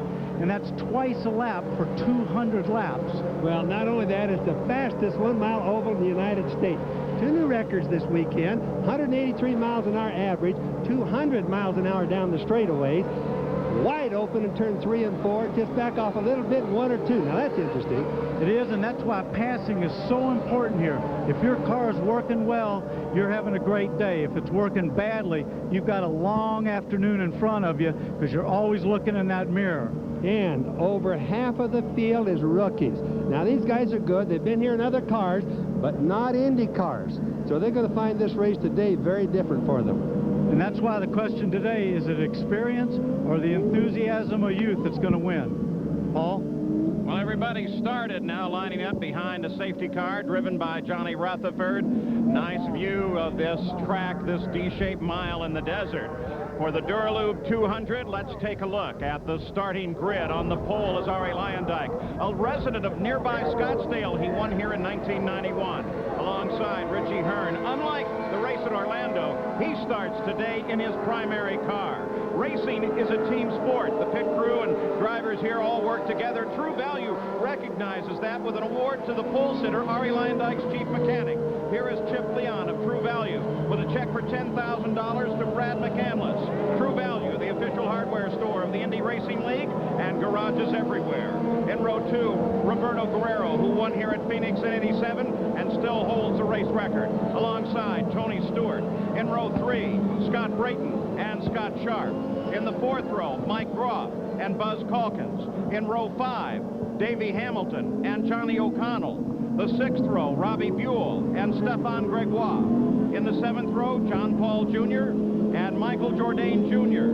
Row 8, Fermin Velez and Paul Durant. In the 9th row, Johnny Parsons Jr. and Jim Guthrie. In the 10th row, Johnny Unser, a nephew to Bobby, and Dave Coudray. And in row 11, Michael Alboreto and Lynn St. James. Let's go to Jack. Well, 4 drivers involved.